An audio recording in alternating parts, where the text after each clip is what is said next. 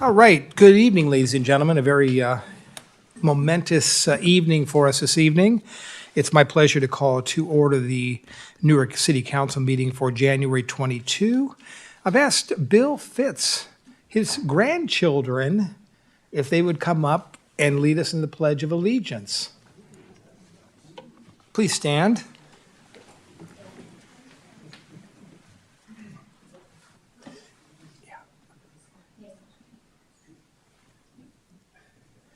Anytime you're ready.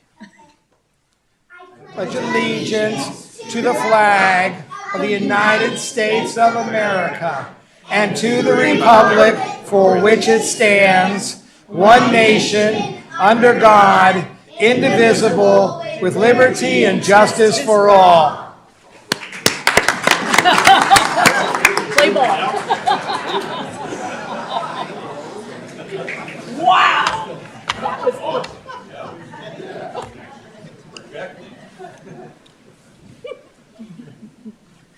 Who doesn't love the enthusiasm of children reciting the Pledge of Allegiance?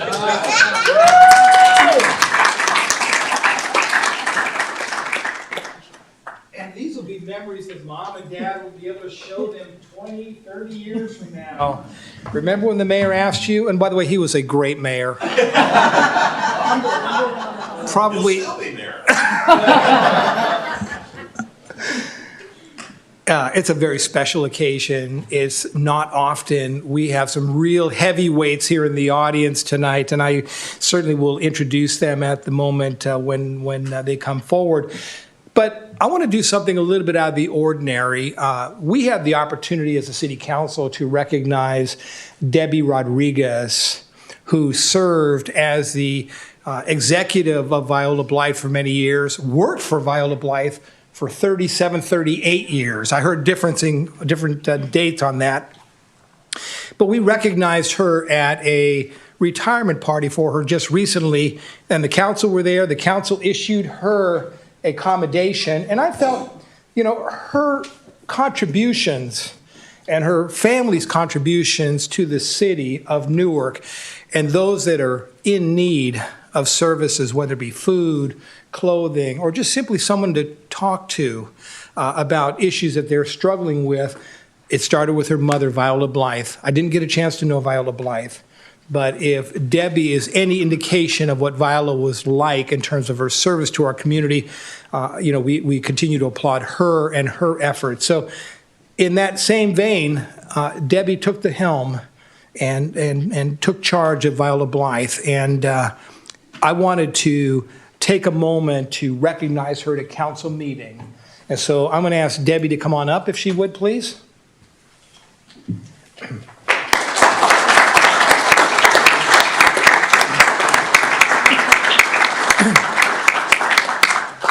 Now, Debbie spoke at length at her retirement party. I know. So Debbie's told me, Mayor, how much time do I have? Do I have a few minutes? I said, yes, you can take a few minutes. So this is the same proclamation that we issued to Debbie, and I think it's important to read it because nobody really has the full understanding of the magnitude of her and her service to our community. So please bear with me as I and the council commend Debbie Rodriguez. Whereas Debbie Rodriguez was hired in 1989 as a volunteer coordinator for the Viola Blythe Community Service Center in Newark, a nonprofit, non-sectarian organization organized to support and advocate social and human services. Whereas Debbie Rodriguez, after holding several other positions with the Viola Blythe Center, was named the executive director in 2008. Whereas during Debbie Rodriguez's tenure, the Viola Blythe Center grew from serving, listen to this, folks, 400 to 500 people a year to serving over 20,000 folks in 2025, including both individuals, numerous families with children. And whereas Debbie Rodriguez's leadership, the number of supporters and financial donors has grown from a handful of individuals to hundreds of individuals and corporate donors and supporters providing critical financial support to the center. Whereas Debbie Rodriguez was personally involved in numerous programs and activities that supported the center's clients, such as the Holiday Adopt a Family program for families with children and the fireworks fundraiser. She also participated in numerous community events and activities advocating and promoting the work of the Viola Blythe Center, whereas Debbie Rodriguez is retiring after 37 years of dedicated service. Therefore, I, Michael Hannon, on behalf of my colleagues on the council, because we don't do these things independently, we do them as a group, was honored to recognize Debbie Rodriguez for her tireless dedication and caring, compassionate heart that has made a significant difference in the lives of thousands of people that she has served during her many years at the Viola Blythe Center, continuing the legacy of her late mother, Viola Blythe, and wish her a very happy and well-deserved retirement. So on behalf of the City Council, I want to present this to you formally of your residents and colleagues in the city of Newark, and certainly give you an opportunity to say a few words. Well, I'm really very honored to have this award. Yes, I worked hard, but I also enjoyed every minute of it. I love to help people. I grew up with it. It was just natural for me. I didn't know that we were doing anything special. But I want to comment on the city of Newark. I'm so fortunate to be a native of Newark and live here because this town is really something. I can't go to the store without running into 2 or 3 friends or know the plumber down the street or whoever I might be needing for some kind of assistance. They're all there, and I've made so many friends. I don't know if everybody has that in other towns. They might, but I would like to think Newark's unique, and we're a tight-knit group here, family here, and I'm just really glad that I was born here and live here. And I'm proud to be a native. The last part about my mother, I mean, it's already been said, but I want to thank the city because once a year they do have a volunteer dinner where they recognize volunteers that have done good works in the community, which I hope I still get invited to. But they have a special award, the Viola Blythe Award, and that always means so much to me. I don't care how many times I go, I get choked up every time I go because the wonderful things that they say, about my mother and her deeds, and then an honoree gets picked or chosen to win that award. And I'm not sure where the plaque is, but I know there is a plaque somewhere that they add a name to. And I think Dave was one of our winners one year. So we've had a lot of really wonderful volunteers, and they've helped us. The city has supported us from day one. There's a lot of things we would have never accomplished without their help, with providing financial, food. The officers provide turkeys, and I can just go on and on. This whole community has pulled together to make the Viola Blythe Center what it is today. Want to thank my board of directors, a couple of my volunteers, my daughter and friends for being here. And this is really such an honor, and I'm not going anywhere, so you'll see me around. And who knows, I might even volunteer at the Viola Blythe Center. Thank you. Thank you.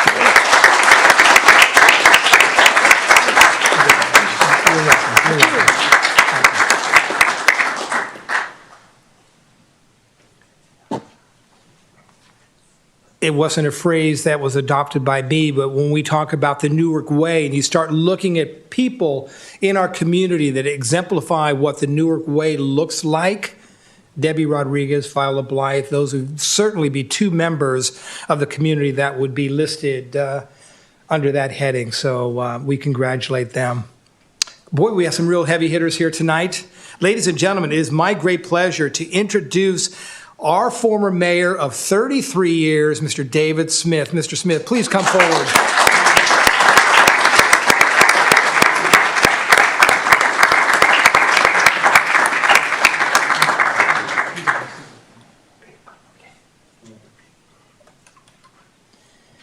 And of course, not to ever be outdone, but a man that surpassed Mayor Smith significantly in terms of his years of service to the Newark community, Mayor Al Nagy, 42 years.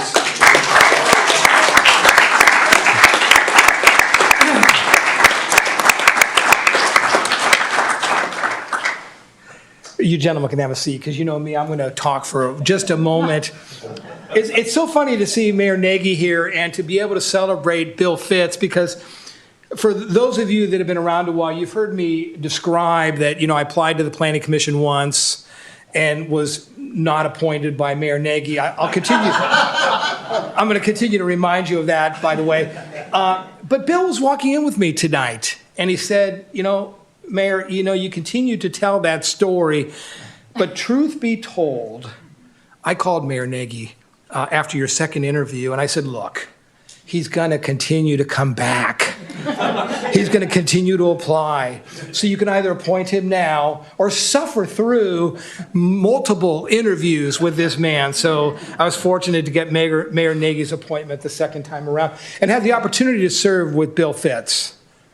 And really a true leader in our community. And when you think of leadership, Bill took me under his wing as a new planning commissioner. I knew planning, I understood government and things of that nature, but that was in a big city like San Jose, where it's really more about the politics than it is about what's really in the best interest of our community moving forward. Because your idea in San Jose may be not something that I want to support, or because you're not willing to support my idea here, we have a conflict. That doesn't happen here in Newark. The Newark way is we debate, we discuss, and at the end of the day, we celebrate. And that's what Newark is all about. But Bill took me under his wing and said, watch what I do, learn what I do, follow my lead, and you'll do fine.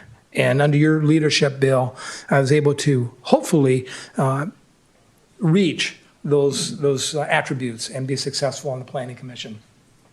Bill said, hey, you might want to run for city council. I think that was Bill's way. That might have been Bill's way of getting me off the commission. I don't know, Bill.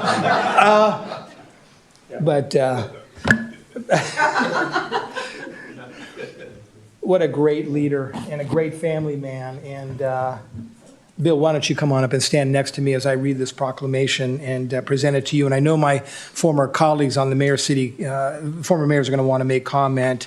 Whereas Commissioner Fitz has provided dedicated service to the city of Newark by serving on the Newark Planning Commission since January 23rd, 1986. Now, I'm not going to ask anybody in the room that wasn't even born yet to stand, okay? And the longest serving planning commissioner in Newark history. I don't know if that is ever going to be surpassed, Bill. Whereas during Commissioner Fitz's tenure on the Planning Commission, the city of Newark has grown from a small town of approximately 37,000 people to Silicon Valley community of over 47,000 people. Whereas Commissioner Fitz has advanced the fiscal health and integrity of the city of Newark through his involvement in the review and approval of Area 3 and Area 4 specific plan, the Bayside Newark Transit-Oriented Development specific plan, the 2013 Newark General Plan, the New Park Place specific plan. What have you been doing about New Park lately, Bill? I go walk there with my wife. Sorry. We go to Jack's, Costco. And a number of hotels and countless businesses and industries that provide property and sales tax revenue to the city of Newark. Whereas as a member of the Planning Commission, Commissioner Fitz is especially proud of the projects such as the Pacific Research Center. For those of you that have been around for a while, that was going to be Microsoft, if I recall correctly. Sun Microsystem. And of course, they decided not to move in there and became the very successful Pacific Research Center. So thank you for that. Development of the Russian school site that has improved our community. You remember those community meetings on that, don't you, Bill? I do. I do too as well. Whereas Commissioner Fitz is proud of the overall body of work during his tenure and the positive collaborative experience with staff and the Newark City Council that has fortified the development goals of our community. Whereas through his participation as a member of the Planning Commission in the development review process, Commissioner Fitz has demonstrated integrity and a sincere concern for the quality of life in the city of Newark. Whereas in addition to his work on the Planning Commission, Commissioner Fitz is also a member of Toastmasters, the former Newark JCs, and an announcer, if you haven't heard Bill, at the Newark Days Parade. Now, therefore, I, Michael Hannon, on behalf of my Newark City Council, wish to commend Bill Fitz for his service, for outstanding, honorable service to the Newark community. Thank you, Bill, for your service. Thank to our you so community. much. Let's give him front for the photo. Let's give him front. Oh, you got the front? Oh, That way we get the bookends. yes. He does this all the time. Colleagues, why don't you come down and join me for a photo with Commissioner Fitz? Maybe stand between the mayors, okay, folks? My 3 mayors right here.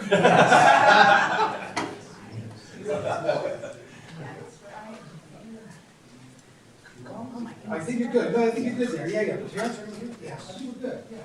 Yeah. Don't be jealous.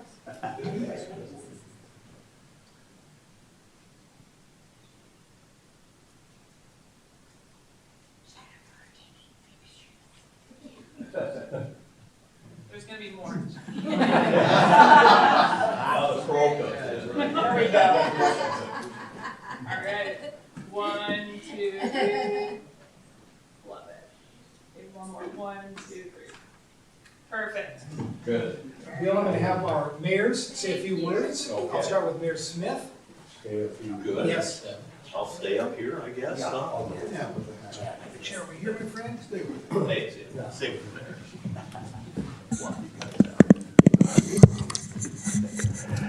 Bill, it's a great thing to be here, and I could give a couple of hours of speech, if you like, but I don't, and I'm just trying to think about what things I should say, and I know that you were coming on board.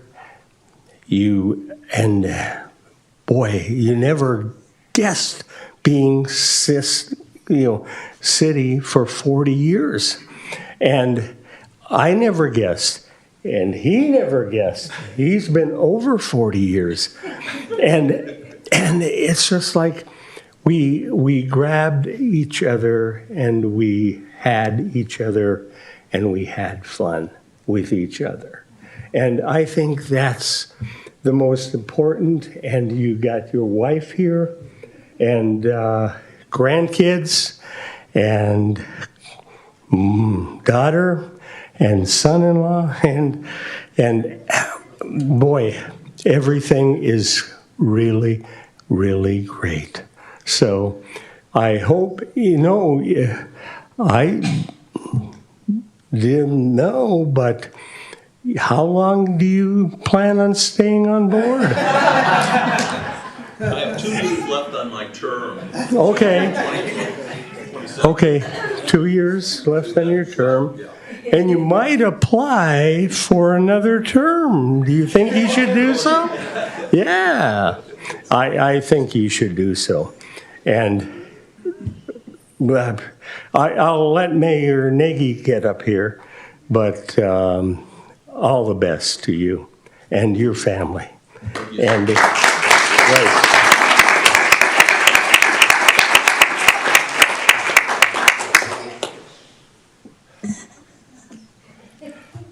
Bill, I'd also like to congratulate you on your 40 years of service on the Planning Commission.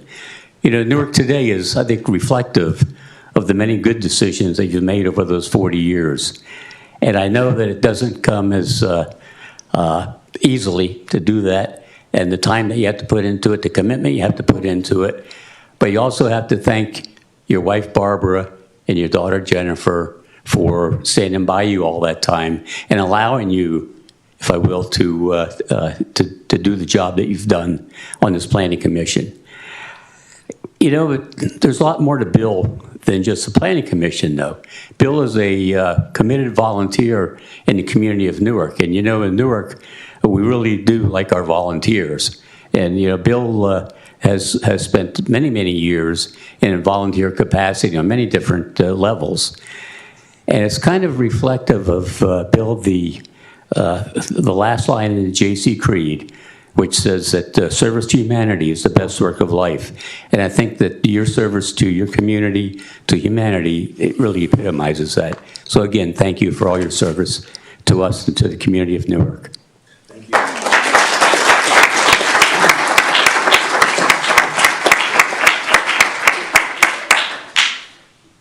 Okay, Mary, you with us? Yes, Mayor, have a seat. Have your seat. Have your seat.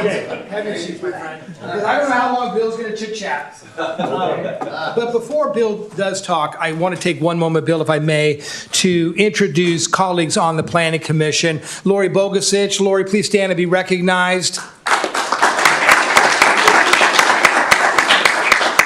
The current chair of the Planning Commission, Mr. John Becker, please stand and be recognized. And I'm not sure if Mr. Dillon is here. Jolly Dillon, my Planning Commissioner friend, thank you.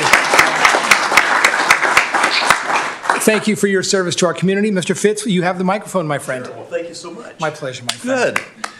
Well, appreciate it. Thank you all for coming out. It's so great that I've been on the Planning Commission for 40 years, and there's only been 3 mayors that I've served with. And I want to thank Dave Smith, first of all, for having appointed me for the first time. That was great, and we've had a real good run. We were in the J.C.'s before. We did a lot of community service. We're friends. Theater tickets with the Civic Light Opera, and wonderful time. And Al Nagy, he's the other one that appointed me for a few more years, just following the tradition. We were all J.C.'s together. It was just wonderful. I'd like to also thank Mike Hannon. He's appointed me. So it's 3 mayors. We got all 3 gray mayors. And I'd also like to thank my wife, Barbara. She is the one.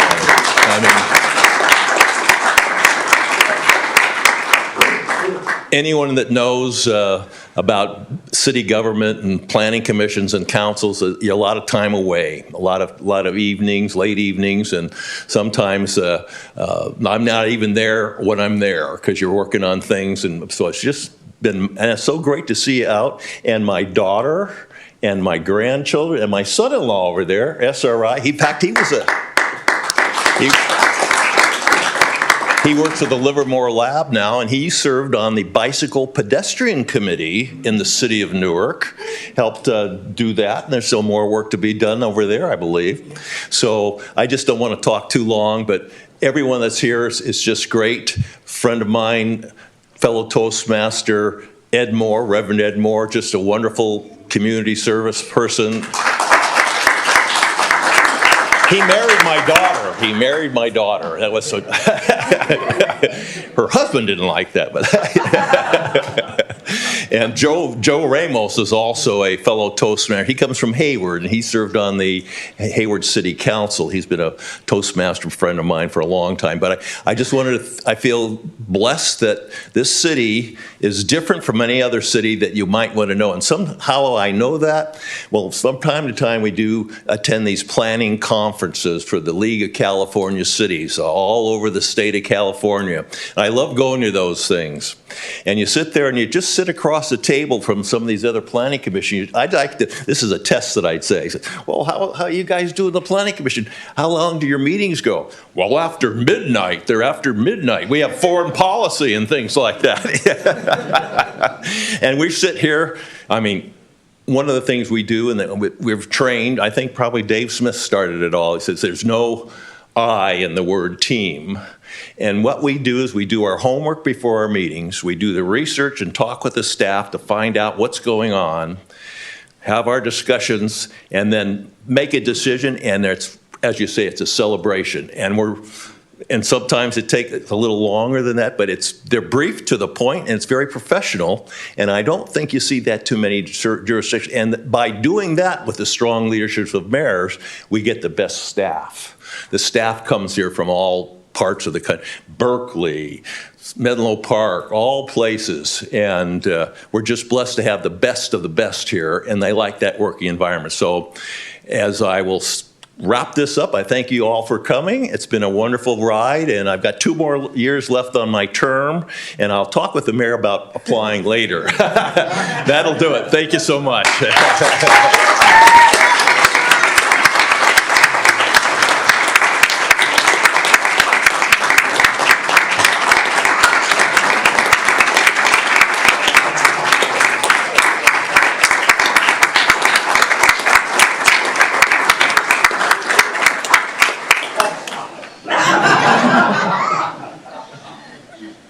Ladies and gentlemen, I'm going to introduce a new employee, then we're going to take a few-minute break. But because, again, we talk about celebrations, and one of the celebrations we do here in the city of Newark is we introduce new employees. So I'd like to ask Sarah Lou to come up here.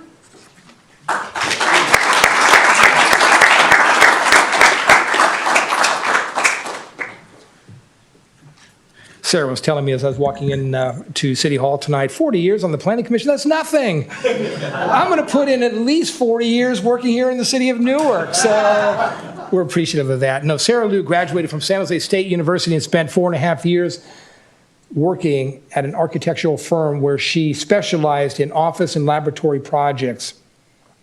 In October of 2025, she joined the city of Newark as a permit technician driven by her dedication to public service. I love to hear that about public servants. She enjoys collaborating across departments to streamline processes and contribute to efficient, community-focused outcomes. Outside of work, Sarah loves cooking and baking, especially trying new recipes and sharing them. The sharing part, you heard that word, right? Sharing them with friends, families, city mayors, city council, and others. I think I read that correctly. She also enjoys spending time outdoors, whether hiking, scenic trails, camping on weekends, or exploring new places. She is thrilled and honored to join the city of Newark and looks forward to learning, growing, and contributing alongside the team. Let's welcome Sarah to the team.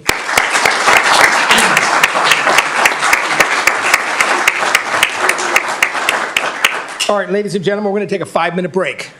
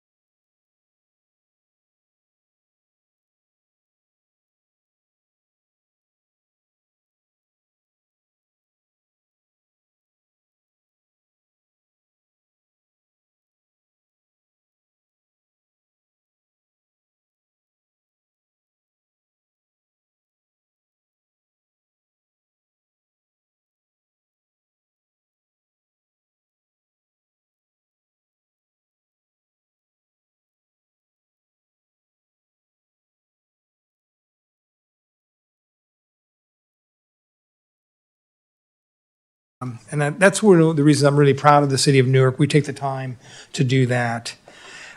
So, ladies and gentlemen, we're going to go back to the agenda. We're under public comment. This is an opportunity for anybody in the audience to speak on an item that is not on the agenda. Okay? Is there anybody that would like to speak to an item that's not on the agenda tonight? Okay, we'll move on. The next item is our consent calendar.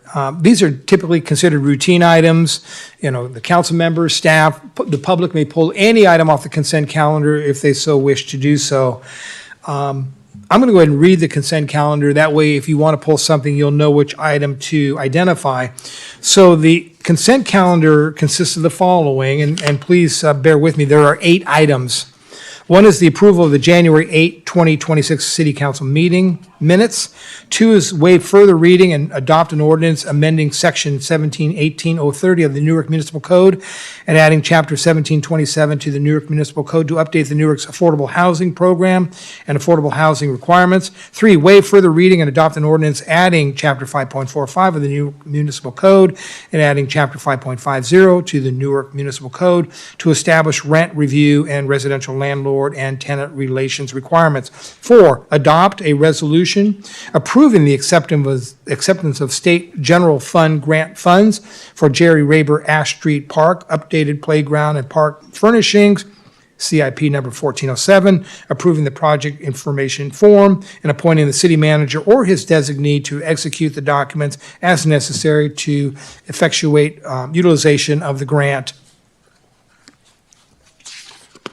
5, approve the project specifications and adopt a resolution accepting the bid and awarding a construction contract to Villalobos and Associates Incorporated for the 2026 curb gutter sidewalk replacement project, CIP number CIPA 10007, FY 2026, and the 2026 citywide accessible ramps project, CIP number CIPA 10001 for fiscal year 2026 for a combined not to exceed project authorization, and determine the projects to be categorized exempt from CEQA pursuant to CEQA guidelines, section 15301. 6, approval of audited demands. 7, approve a resolution amending the 2024-2026 biennial budget and capital improvement plan to increase funding for the Silliman Aquatic Center, CIP number 1291, and Silliman Activity Center, CIP number 1375, roof replacement projects. And finally, adopt a resolution authorizing the city manager to execute a second amendment to the contractual services agreement with CSW Stroh Engineering Group to increase the amount not to exceed amount by $198,435 for a new contract total of $1,212,932 for the Old Town Streetscape Improvement Project. Mr. Benuna, are there any items that you would like to pull from the agenda? Not this evening, Your Honor. Is there anybody in the public that would like to pull any one of those items from the agenda for discussion, comment? Colleagues, any items that you would like pulled from the agenda, the consent calendar? I just have a question. If I could just get a little bit more information about the Old Town Streetscape Improvement Project? And what was this the need for an additional 200,000? Just more of an explanation, if I could, please. Yeah, why don't we go ahead and do that, City Manager? We'll take comments now, and then we'll adopt the entire consent calendar, assuming that that's the pleasure of the council. Okay, so we're not pulling this item for separate independent consideration, just a simple clarifying question? Yeah, I think Is it's a that what it clarifying is? question. Okay. Our Public Works Director or our City Engineer, I'll let you two flip for it. It looks like it'll be our City Engineer, Mr. Mickey Sabota, if you could give a brief overview of the scope of services that are being provided under this $200,000 or so amendment, please. So what I understand then, Mickey sitting in the back row thought, this is just simply an item where I just got to sit here, wait, then I'm going to be out of here. No one's going to call my item. Welcome, Mickey. Nice to see you. I used to play the same game in San Jose, just keep your head down and hope. Good evening, Honorable Mayor, council members. I'd be glad to answer this question. So high level, the summary of the proposed amendment, this is the second amendment to our engineering consultant, is highlighted in the staff report. There are a handful of items that are new in addition to their original contract. Those additional items include coordinating with the California Public Utilities Commission. You may recall we have a quiet zone project for, I believe it's 8 different railroad locations. One of them is actually at the Thornton. So rather than having a separate quiet zone project and the Thornton quiet zone, we decided to take it from the quiet zone and incorporate it as part of this consultant contract. So that's one of the changes.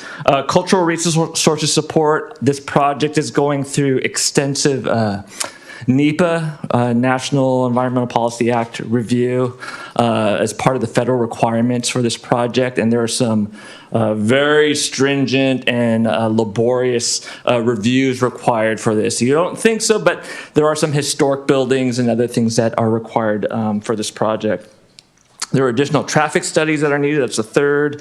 Streetscape design phase modifications. These are minor changes that happened over the past year or two. And then a lot of value engineering. We had some initial cost estimates that came in last year, which were above our budgeted amount. And we instructed the consultant to take, sharpen that pencil all the way down to the eraser to get that price down. And that was additional effort on this project. Thank you. I appreciate that. Any other items anybody want pulled or discussed? Seeing none, can I get a motion to accept the consent calendar? By Councilmember Contancio? I'll second. By Councilmember Grandal, please vote.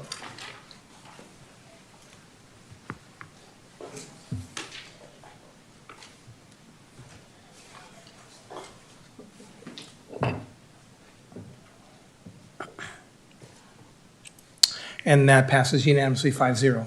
Ordinance of the City Council of the City of Newark amending Section 17-18030 of the Newark Municipal Code and adding Chapter 1727 of the Newark Municipal Code to update the Newark Affordable Housing Program and affordable housing requirements. Ordinance of the City Council of the City of Newark adding Chapter 5.45 of the Newark Municipal Code and adding Chapter 5.50 to the Newark Municipal Code to establish rent review and residential landlord and tenant relations requirements. Thank you, City Attorney. The next item, ladies and gentlemen, is our public hearings. The first public hearing is a hearing to consider an ordinance of the City Council of the City of Newark amending Title 17 of the Newark Municipal Code to amend Chapter 17.26 and 1726.040 accessory dwelling units, generally affecting development standards for the construction of accessory dwelling units, normally known as ADUs, and junior accessory dwelling units, normally known as JDU, and to amend Chapter 1745 and 1745.010, residential uses generally affecting the use classification for accessory dwelling units and junior accessory dwelling units. Mr. Benoon?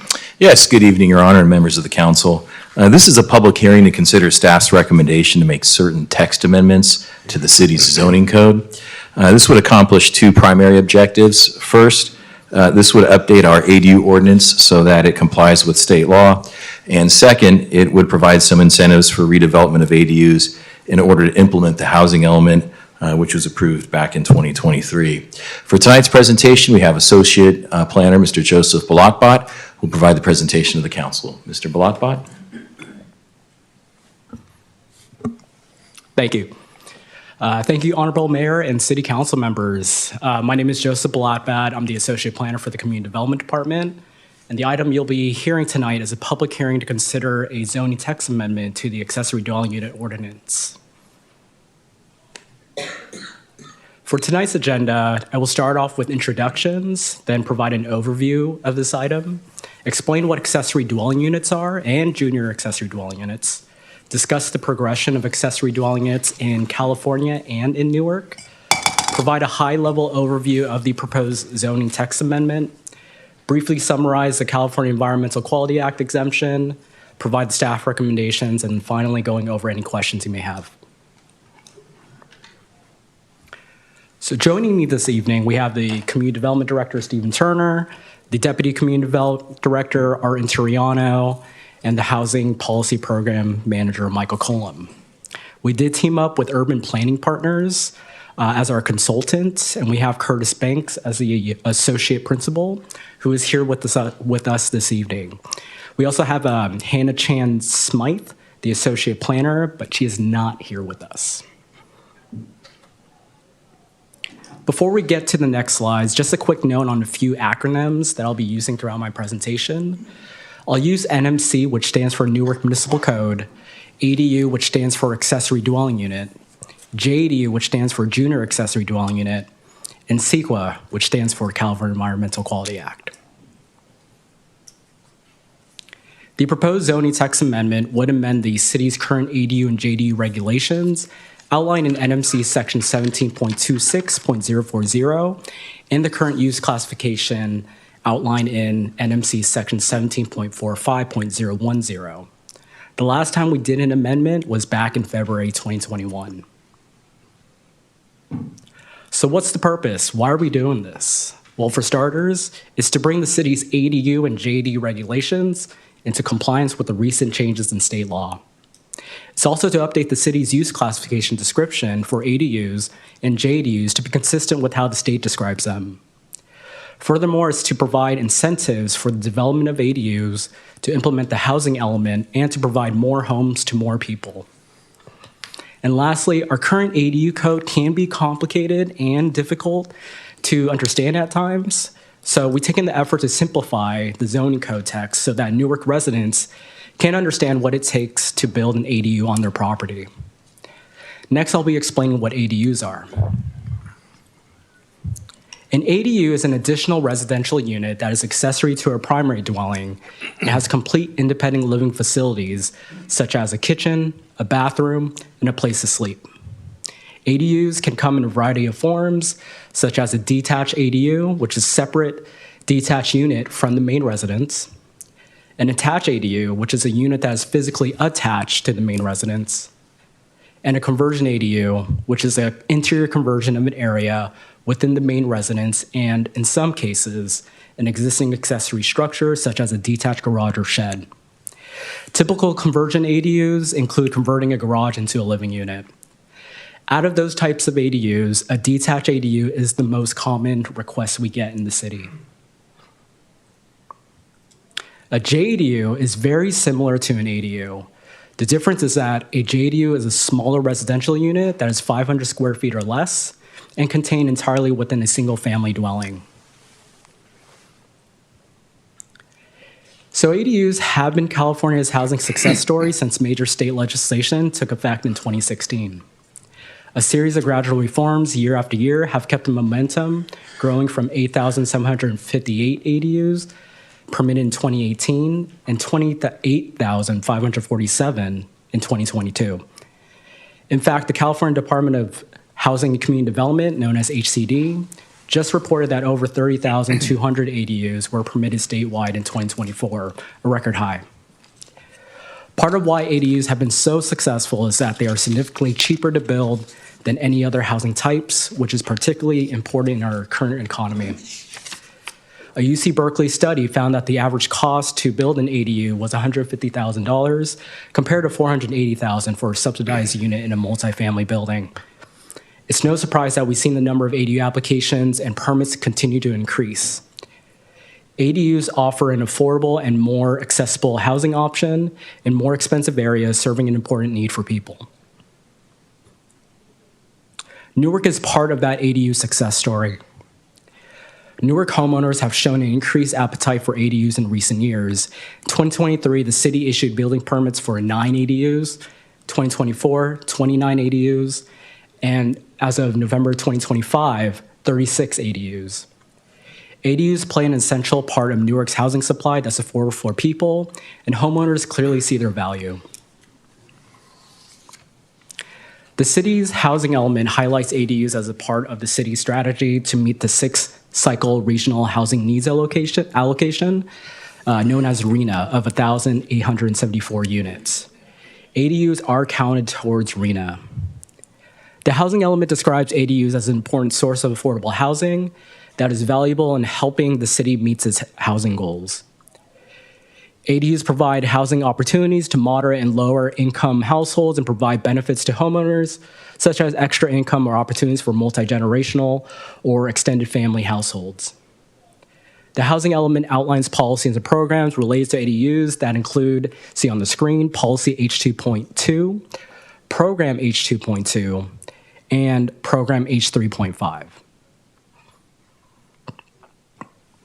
Program H2.2 aims to help homeowners build ADUs faster and cheaper. Its primary quantified objective is to see 160 ADUs constructed during the housing element cycle of 2023 to 2031. So far, 40 ADUs have been constructed in Newark since 2023. This is a good thing as we are doing a good job in permitting ADUs. Another quantified objective to further increase the production of ADUs is updating the ADU ordinance and creating incentives, for which we are working on now. Other objectives that we already accomplished are coordinating with Alameda County to launch and promote the Alameda County ADU Resource Center to make it easier for homeowners to build an ADU on their property. Some helpful resources includes an ADU calculator that provides an assessment of estimated costs and fees to build an ADU.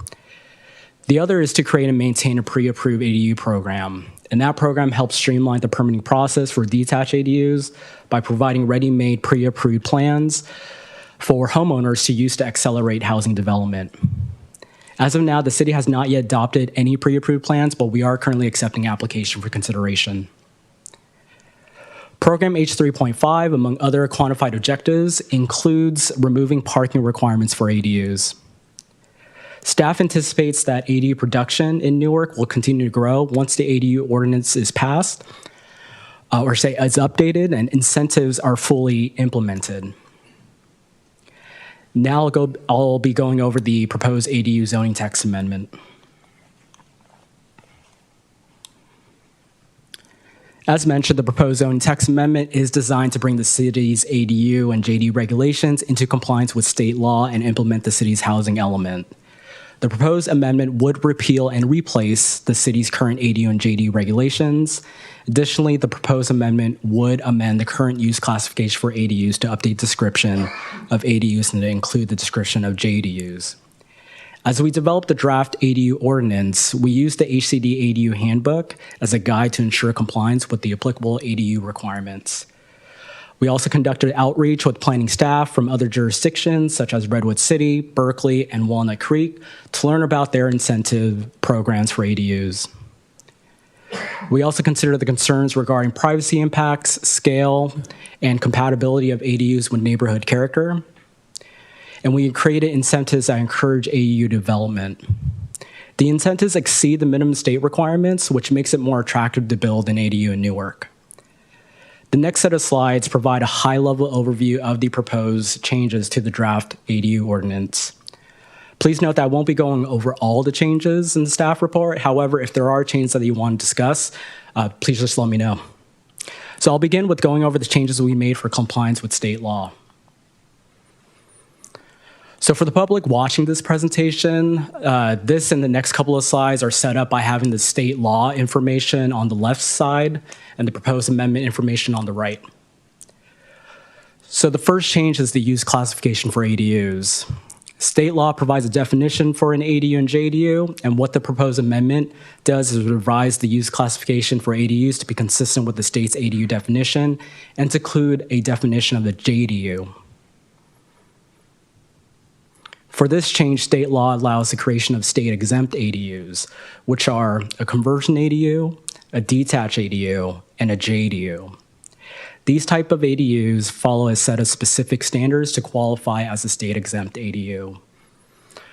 On a single-family or multifamily lot, multiple state-exempt ADUs can be allowed.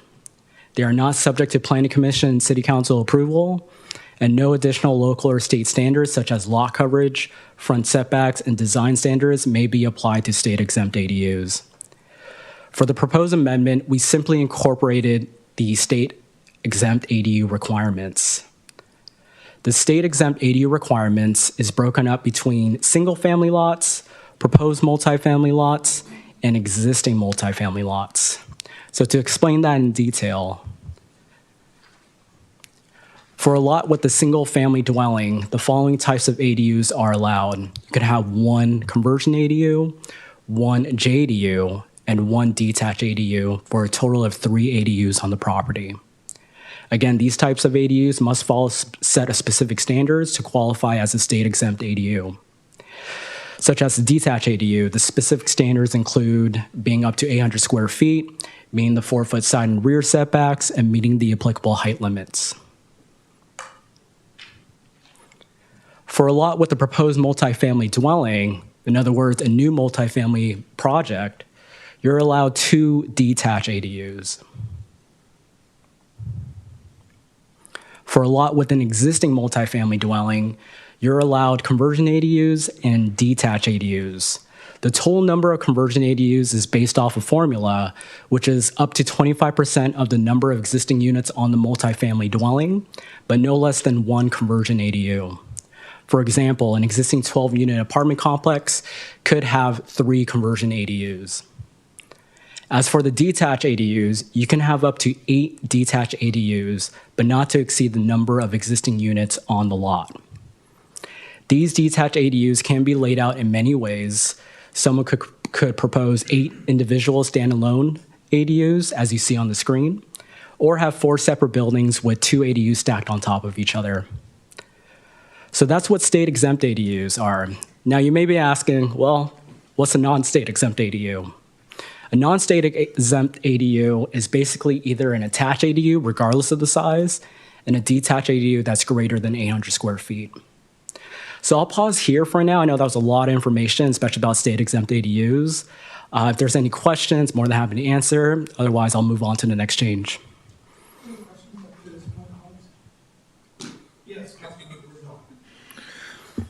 Thank you for the presentation up to this point. It's been informative.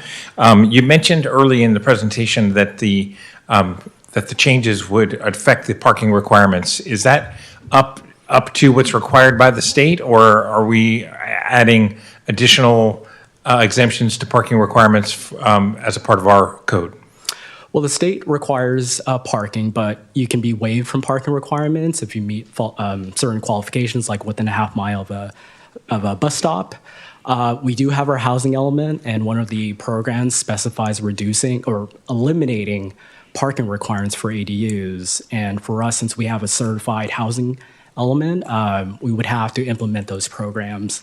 Parking is something I will explain as I go through my presentation, but yeah. Thank you. Can I ask an additional question on that issue, on that subject matter? I want to use the example that you have right there on the detached ADUs, and certainly correct my understanding if I'm incorrect. So I have a 12-unit multifamily dwelling, and I have uncovered parking for those tenants living in that building. As the owner of that building, I can, in essence, take away that uncovered parking lot and put in, from your diagram, 8 detached ADUs in the parking lot, basically taking away parking availability for my existing 12-unit tenants. That is true. One of the bills that have passed, I can't recall the exact number of the bill. I'll tell you, SB 1211. There you go. Yes, if it's used for building the ADUs, then you have the right to do so. If that includes eliminating parking for the main dwelling, then you could do so. So that was really more of a comment than a question, and I apologize for that. I'll get to my other comments later. Let me ask a clarifying question, though. We have in our housing element 1,875 units that we need to build between now and 2031. And you mentioned the ADUs, and I think our target goal is 160. If we don't hit that target goal of the 160, which I think we're certainly well on our way to doing that, as long as we meet the 1875 number, we're good, or do we have to hit both those numbers? Right. My understanding, I believe we have to reach both those numbers as our goal. If there's issues in accomplishing the 160 ADUs, I believe, and I could defer to our housing programs policy manager, that the state could work with us in trying to achieve those goals. But I believe if we make progress, especially sufficient progress in this, maybe the state, would work with us. So if we hit 1,900 units, so we surpass our housing element number, but we only do 120 ADUs, the state could still be somewhat concerned about the lack of ADUs? That's a great question. I wouldn't know if there would be a major concern if we don't reach the number of ADUs that's expected. I could defer to their housing policy manager later on after I present. Great. But Thank you. Any other questions or comments up to this point? Okay, please continue. So as far as setbacks are concerned, we meet the requirements of state law. The proposed amendment puts the setback development standards into clear and simple language, as you see on the screen. Next, I'll be discussing ADU incentives in the next set of slides. Again, the incentives follow state law, but they do go above and beyond to what the state requires. For these slides, they are set up by having the state law information on the left side, the proposed amendment information in the middle, and the ADU incentive information on the right side. As you see on the screen, state law is complicated when outlining height requirements for ADUs. For example, state law allows a detached ADU to be 18 feet in height if it's within a half mile of a major transit stop. On top of that, you can have an additional 2 feet in height to allow the roof pitch to be in line with the main residence. Just saying all that is just a mouthful. It's a lot to do. Homeowners will have to provide the distance of the major transit stop and the measurements of the roof pitch, and then staff will have to verify that information to make sure it complies.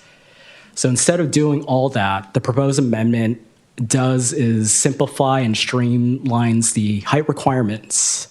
So for a conversion ADU, it just can't be taller than the existing structure. For an attached ADU, you can follow the same height limits as the primary residence, but it just can't be more than 2 stories. And for a detached ADU, it can't be taller than 20 feet. The proposed amendment makes it easier to follow the height requirements. The incentive allows detached ADUs to be up to 20 feet high, thus allowing design flexibility for 2-story ADU designs. For size, one critique of ADUs have been that they are small and aren't suitable for families. As a result, staff is recommending increasing the maximum size of ADUs to 1,000 square feet for attached ADUs, 1,200 square feet for detached ADUs, and the size for conversion ADUs will follow state law of not being subject to any size limitations. The proposed amendment is consistent with the ADU size allowance in the cities within the Tri-City area. And as an incentive, increasing the size limitation would allow for a larger ADU to be built to accommodate a larger family household. Also, this could increase the housing stock and the potential for additional owner income. If the City Council doesn't support the size recommendation for a detached ADU, then an alternative option could be based off the lot size, which is consistent with our current maximum sizes. The alternative option can be written as this. For lots less than 10,000 square feet, the maximum size for a detached ADU can be 1,000 square feet. And for lots 10,000 square feet or greater, the maximum size for a detached ADU can be 1,200 square feet. To also help with increasing size limitations, the proposed amendment would eliminate lot coverage requirements for ADUs greater than 800 square feet. In practice, meeting the lot coverage requirements can be a lot, as we would need square footage information for all the buildings on the property. This could potentially hold up the permit, as there could be multiple rounds of review or changes to the ADU size to meet lot coverage requirements. Removing the lot coverage requirements allows the homeowners to make use of this extra incentive for size. To close out the conversation of size, there are impact fees that the state requires that's based off the size of the ADU. The state says the impact fees are required if an ADU is 750 square feet or more. In addition to the impact fee requirement, the state also has a requirement that cities must allow an ADU of at least 800 square feet, but homeowners may propose an ADU smaller than that if they like. Knowing that there's 2 state requirements, it seems that they don't talk to each other. So what we did is we have the requirements talk to each other. The proposed amendment increases the threshold size to exempt projects that are 800 square feet or less from impact fees. By doing that, there's just one number to follow. This is considered an incentive, as it allows an ADU to be built without the additional expense. Now for the design requirements, the proposed amendments include objective design standards for ADUs, except for state-exempt ADUs. This would eliminate discretionary review and streamline approvals for ADUs. The proposed objective design standards ensures predictable outcomes by using clear, measurable rules instead of subjective judgments. The standards address privacy concerns, lighting concerns, and maintaining neighborhood compatibility. As an incentive, the objective design standards allows for a quicker review process.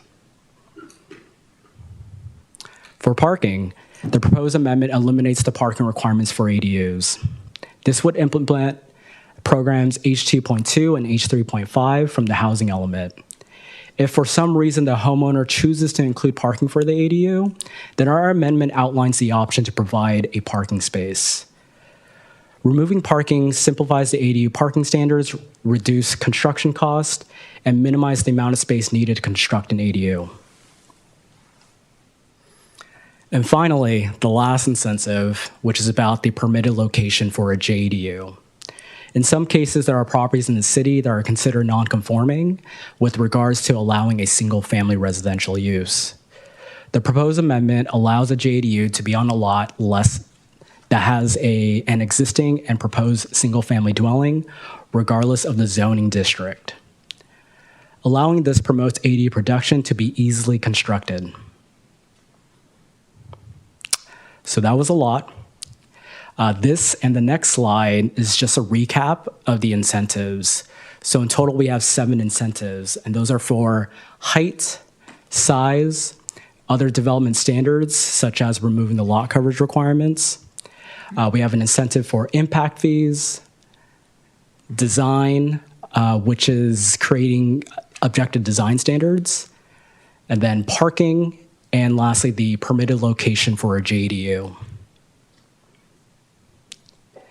As for CEQA, the proposed amendment is exempt from CEQA as it may not have a significant effect on the environment. So the proposed zoning text amendment was considered by the Planning Commission on December 9th of last year. The Planning Commission shared their support for the amendment and voted unanimously to recommend City Council approval. With that said, staff recommends that the City Council adopt the draft ordinance of the City Council of the City of Newark, amending Title 17 zoning of the Newark Municipal Code to amend Chapters 17.26, Section 17.26.040, ADUs generally affecting development standards for the construction of ADUs and JDUs, and to amend Chapter 17.45, Section 17.45.010, residential uses generally affecting the use classification for ADUs and JDUs. So that is the end of my presentation. I'm happy to answer any more questions. Thank you. I appreciate your presentation. Ladies and gentlemen, this is a public hearing, so I'm going to go ahead and open up the public hearing. At this point, is there anybody in the audience that would like to speak to this item? I'm going to go ahead and close the public hearing, and I'm going to come back to my colleagues, and I'll start to my right. Questions and comments. Councilmember Contancio. Yes, thank you for your presentation. I did have a question. Is it correct to assume that an ADU does not convert a single-family dwelling into a multifamily home? So if it's a conversion ADU on a single-family dwelling, then the single-family dwelling still has to be maintained, but they just have that added residential unit, which is that ADU. Multifamily dwelling units, they're still treated as multifamily complex, so like an apartment complex, but they could still have those additional ADUs, to be rented out. Okay, I'm trying to understand, and thank you for explaining that. I'm trying to understand whether the ADUs would have a separate mailbox and sewage system, as well as a water line, or how would that work? Yeah, so there's utilities that have to, connect to the ADUs. So what that means is there's certain building code requirements they would have to fulfill. For the mailboxes, typically they work with the USPS, the United States Postal Service, to just confirm that they could get mail delivered to their properties. And if there's certain design of how they want the mailboxes, they'll just work with USPS. Okay. One last question is regarding parking. In the event that a neighbor is putting up an ADU or something and another neighbor decided that they objected to that, is there any recourse that the neighbor would be able to have? Would there still be a notice requirement and any objections that could be made, or would that be gone if we go ahead? Yeah, so for building permits, the reviews are what we call as ministerial, so they're just subject to a building permit review. There is no noticing requirements for building permits. If there are concerns, about that from a neighbor to neighbor, and they reach out to us, of course, we'll have that conversation with them, and we'll see if there's any resolution that they can seek.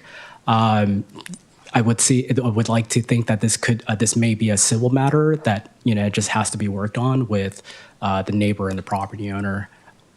Okay, I apologize. I actually do have one more question. Is it also correct to assume then that a conversion ADU cannot be made on top of a garage if the original home was a one-story single-family home?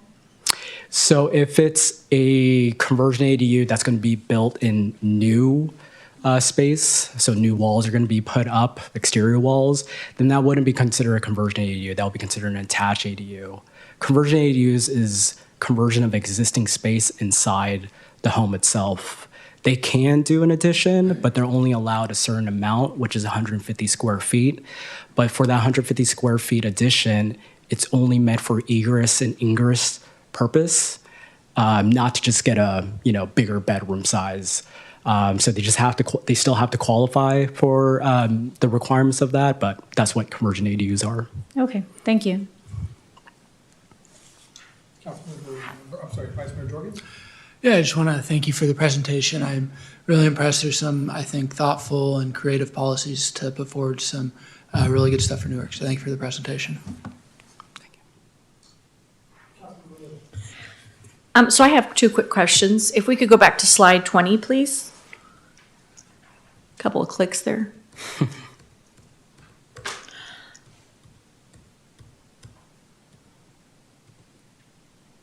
Almost there? You got it. Okay, so I just want a little bit clarification on this, because it says right at the attached, under the state law, it says that shall not require local agency to allow over 2 stories. So the state law says no local agency is to allow 2 stories, but then for the initiative, it says here somewhere, and also design flexibility for 2-story ADUs. Do you see, maybe I'm a little confused on this, but it says the state law says no 2 stories, but then we design flexibility for 2 stories. Is that possible, or? Yeah, so what the state law says is basically you can't go past a 2nd story. You can still do 2 stories total, you just can't go over it. Okay, so we're looking at 2 stories, so none of the 3 stories plus the balcony top floor. Okay, that was my question on that. Perfect. And then kind of tying up to what she said a little bit, the difference between, because we've talked about putting in a 2nd story into our house to make it bigger, because you can't buy a new house, so you got to build. So you go up higher. Since it doesn't have its own bathroom, it's not going to be rented out. That would be just an attachment to the house, right? This is not an ADU type of thing. So what would be on paper the difference between expanding the 2nd story versus adding an attached ADU? Yeah, you know what? I'm just going to click back to this slide. There you go. Yeah, so the difference between attached ADU versus just a typical addition, an attached ADU, it's its own residential unit that has to have kitchen, bathroom, and a place to sleep. Usually, just a typical addition, it's just expanding a bedroom, adding a bathroom. But if it doesn't qualify and including those type of facilities, then it's not going to be considered an ADU. Got it. Thank you. Councilmember Grindal. Yes, just one question, which might lead to some follow-up questions. Sorry. And by the way, I want to share my colleagues' comments. I really appreciate your very clear presentation, so thank you so much. Thank you. There's a flexibility to allow up to 20 feet, right?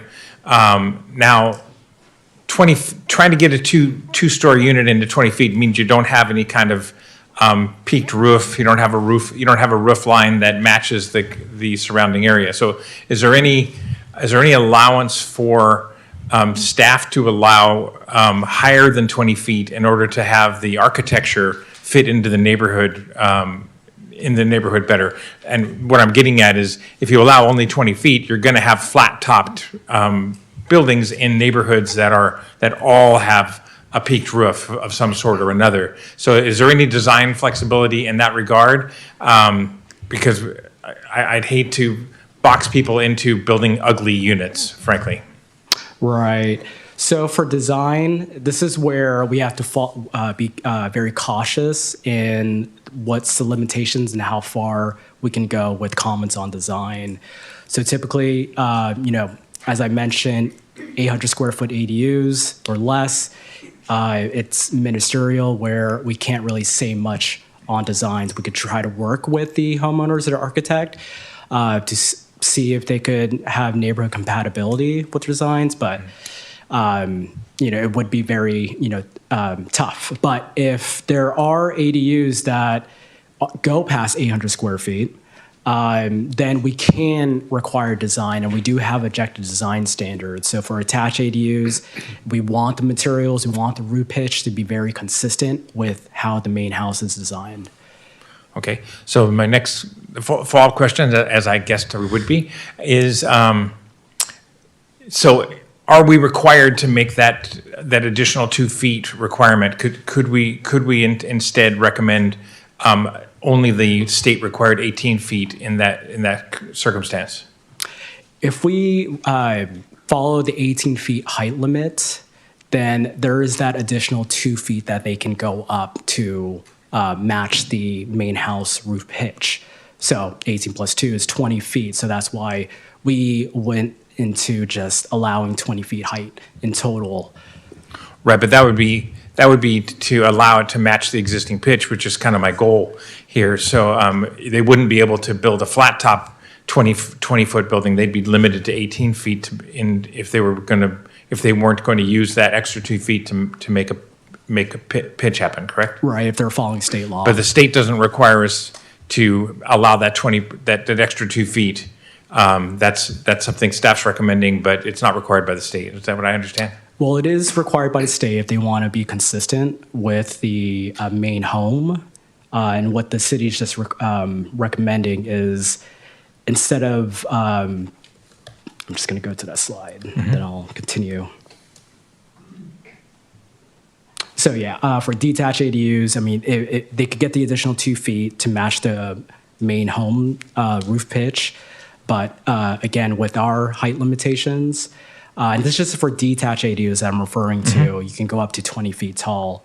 If it's attached, if it's an attached ADU, then you could follow the main house height limitations. So it's very common. We have a residential single-family zoning district. The max height for the main house is 30 feet. So they could be well over 20 feet if they like. Understood. I was really referring to detached ADUs, and obviously a unit that's built into existing structures is different. I think I understand, but I am concerned and opposed to allowing that additional height if it's going to lead to more flat-top buildings. So, and it sounds like the state doesn't require us to do that. So that's a comment, not a question. So, with that, I don't have any further questions, Mr. Mayor. Thank you, Councilmember Gondal. Could you turn to the one page where you had the option of 1,000 square feet or less and 1,000 square feet or more as an alternative? This one here. My first question on ADU incentives, and I know what you're trying to do. You're trying to, from my perspective, kind of simplify it, for folks that want to build ADUs and JADUs. Are we given any kind of credit by the state when we come up with incentives? I mean, otherwise we could say, here's state law, here's our new zoning that allows these, and we're going to comply strictly with state law. But we've gone above and beyond that by providing incentives. Are we given any kind of credit for coming up with innovative incentives for property owners? Yeah, for the incentives, I mean, it's stated in our housing element as our one of the programs to incentivize ADUs. So Okay. once this the ordinance has been adopted, we will have to submit a copy of the ordinance to HCD for review. I understand. So in our housing element, we were encouraged to provide incentives, and this is our way of demonstrating that we've done that. And when sounds like what you're saying, when we submit, these are the incentives that we've created, we'll hopefully get the blessing of HCD that you did good. Okay. Sure, Councilmember Grindal? I just have another comment, which I am concerned about the elimination of the parking requirements even more than the state requires. However, I also feel like we're not going to reopen the housing element, so we have to follow that. We have to follow that policy. But I am concerned about it.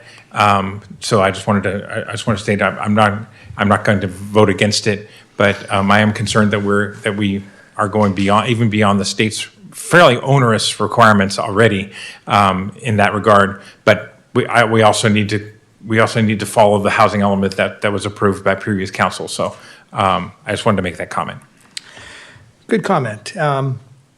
And I support that comment. It troubles me. First of all, ladies and gentlemen, I support ADUs and JADUs. We need, as a city, to come up with some affordable housing options for our residents. And these are viewed as affordable housing options. And we live in a community where we have a lot of residents that are older individuals who may want family members to live on their property to provide them with some kind of assistance as they get older. And I've heard from a lot of seniors what they're in essence doing in some cases is they're letting their younger family members, children, raising kids to move into the main house, and the seniors are now moving into the ADUs because they don't need as much of a space. So I certainly appreciate keeping the family unit together on the same property to provide assistance to elderly parents, etc. But what troubles me in the same vein is basically the state is saying to the entire state of California, these are the guidelines to which you need to comply. So they take away the uniqueness of our community or any community in terms of what those impacts might be on our community. And as Councilmember Grindal mentioned, they basically said if parking poses an issue, that's unfortunate. We want the ADUs built, we want the JADUs built. And if it creates a parking impact, which in many cases these will, that's unfortunate. And I used the one example of the multifamily building where what was perceived to be uncovered parking for tenants can be just taken away. And ADUs can be built on that property. So I'm concerned about that. I'm also concerned about what I really believe is a fundamentally unfair situation wherein if I, as a property owner 10 years ago, decided, you know what, I'm going to build an ADU. So I'm going to go down to the city, submit plans, have plan review. I'm going to pay impact fees and do all the right things to get this ADU permitted at a great cost to me. They did that. Now we have a situation where I've built an unpermitted ADU on my property, have been illegal for years, have allowed people to live in unsafe conditions because nobody ever inspected the electrical, nobody ever inspected the plumbing. We don't know if it meets fire code standards. So I have people living and paying good rent to live in an illegal unit. Now those folks can come down to City Hall and say, you know what? I want you, city, to now permit my illegal ADU into a legal ADU. Now recognizing they still need to get all those permits, but they're not paying any impact fees. So it's certainly a lot less expensive to that citizen that decided to simply ignore the law, create an unsafe condition, and has benefited from that. Is there anything I said in that comment that was not truthful? You pretty much covered everything. Great. My only other question would be, as we eliminate the impact fees, did we do any kind of a financial analysis, Mr. Benoon, as to how much money the city could be losing as a result of eliminating the impact fees? Any kind of analysis that was done on that, or your thoughts? I don't think we calculated any financial numbers with respect to that assessment. Would it be hard to do that calculation? We do know the number of ADUs that and applications are received within the past year, and which of those would qualify for exemption under the fee schedule, we can certainly do that calculation, I would imagine. Yeah, if from the last year, I believe it was about 40 or so ADU applications were received. If they recall seeing about 2 of them that required impact fees. I think there were, just two impact fees that were charged. Okay. I think you did a great job on your presentation. Very thorough. Again, my last comment is, I understand what the state's trying to do, but you're really putting your hands into local zoning laws and local zoning. And they're not going to suffer the consequence and the impact that it creates on our community. We're going to get the phone calls, city manager's going to get the phone call about, you allowed my neighbor to build an ADU in the front yard, eliminating the front setback area? Because that could happen. Somebody could build an ADU in a front setback area, yes? That is correct.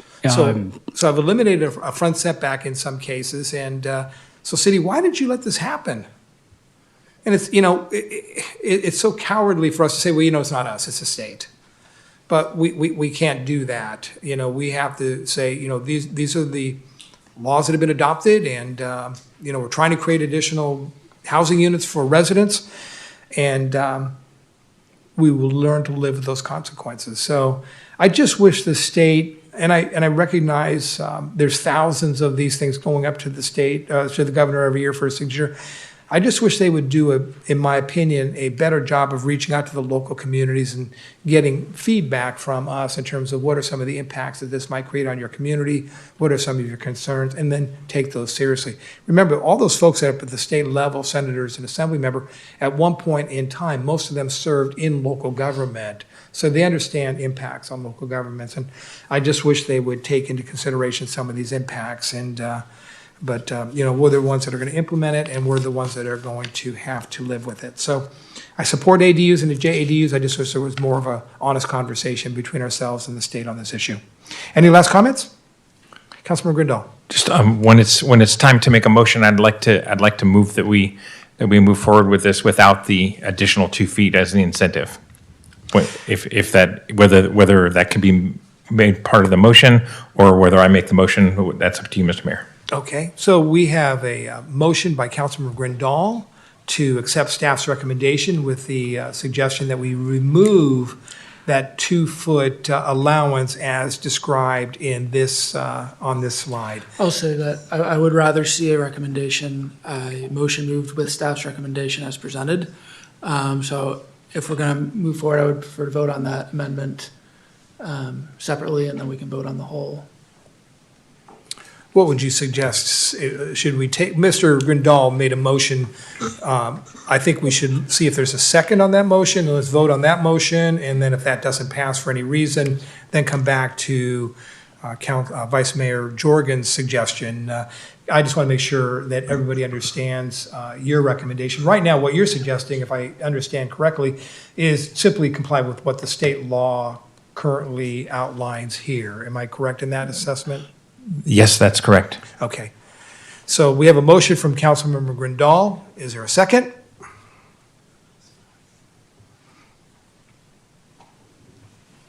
I'll second it. Thank you, Councilmember Little. Let's go ahead and vote on that motion.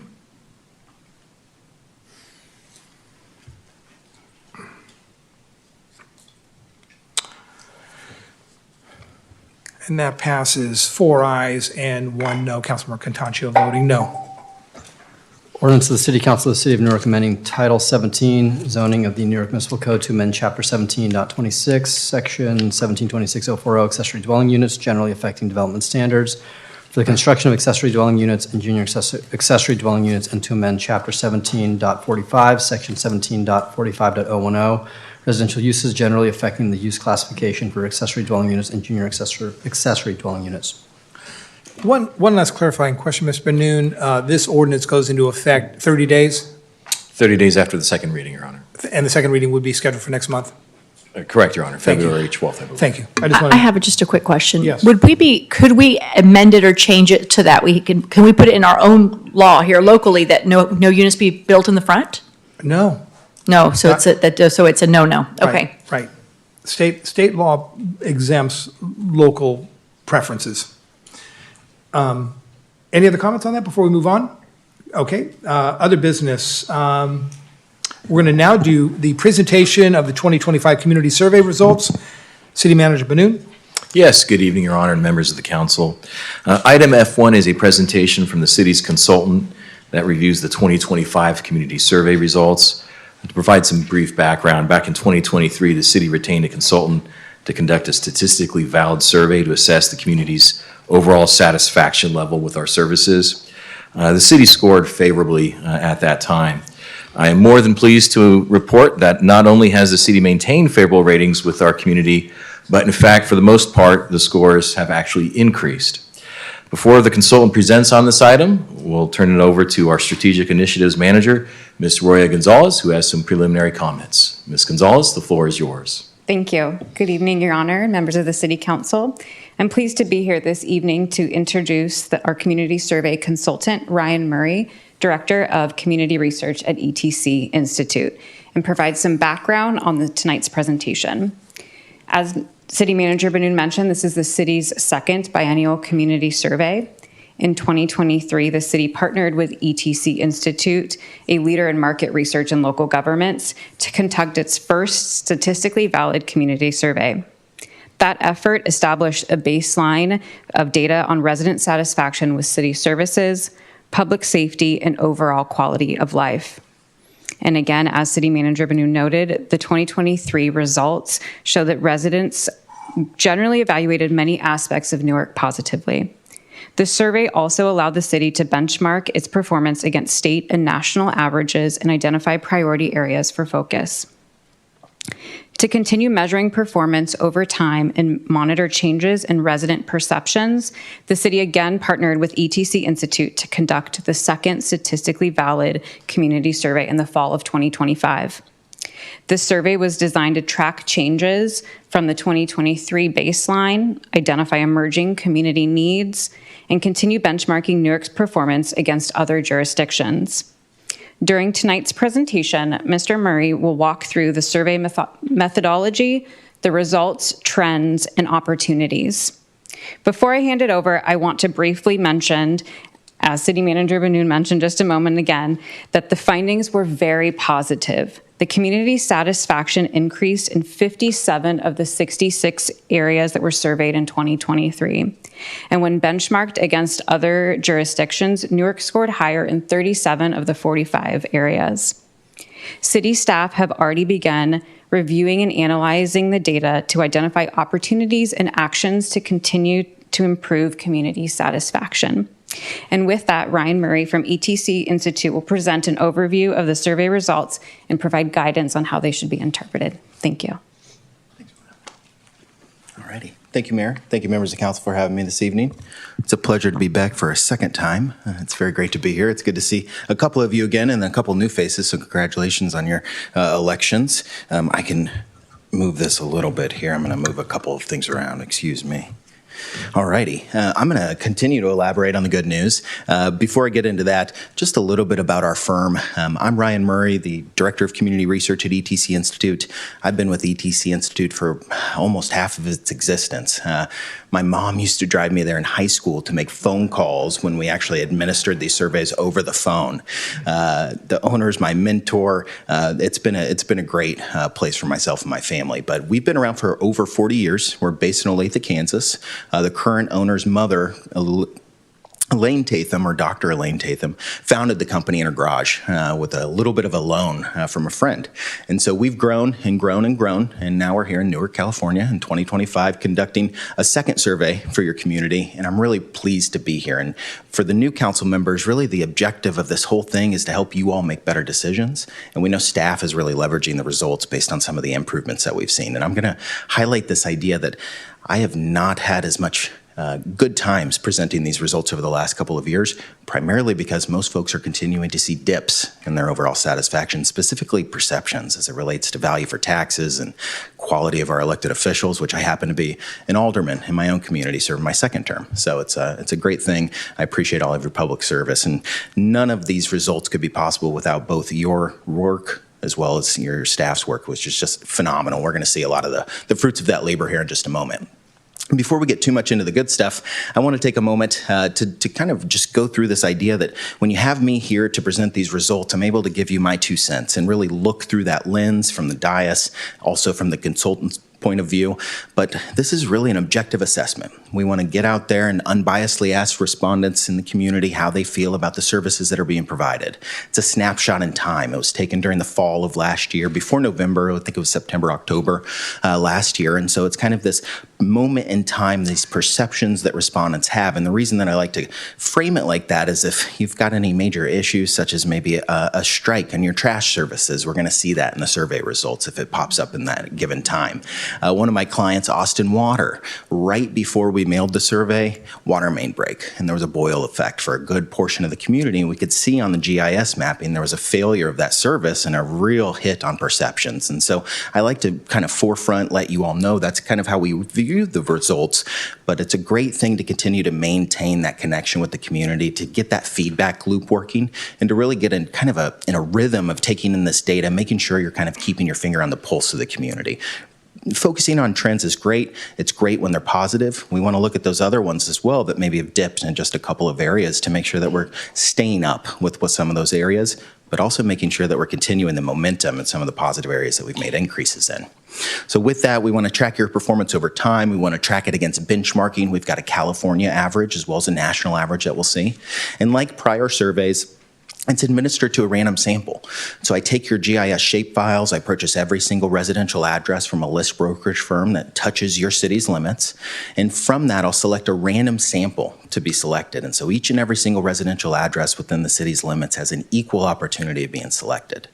Now, once we mail those surveys, theoretically, random sampling tells you that you're going to get back the census population basically as it exists in the community. That's science. We know in social sciences that doesn't hold true. And so ETC Institute has to get out there and we have to continue to follow up with respondents via mail, via text, via postcard, via email, as well as some social media ads that are meant to be targeted to the respondents that we've sent those mailers to in their address.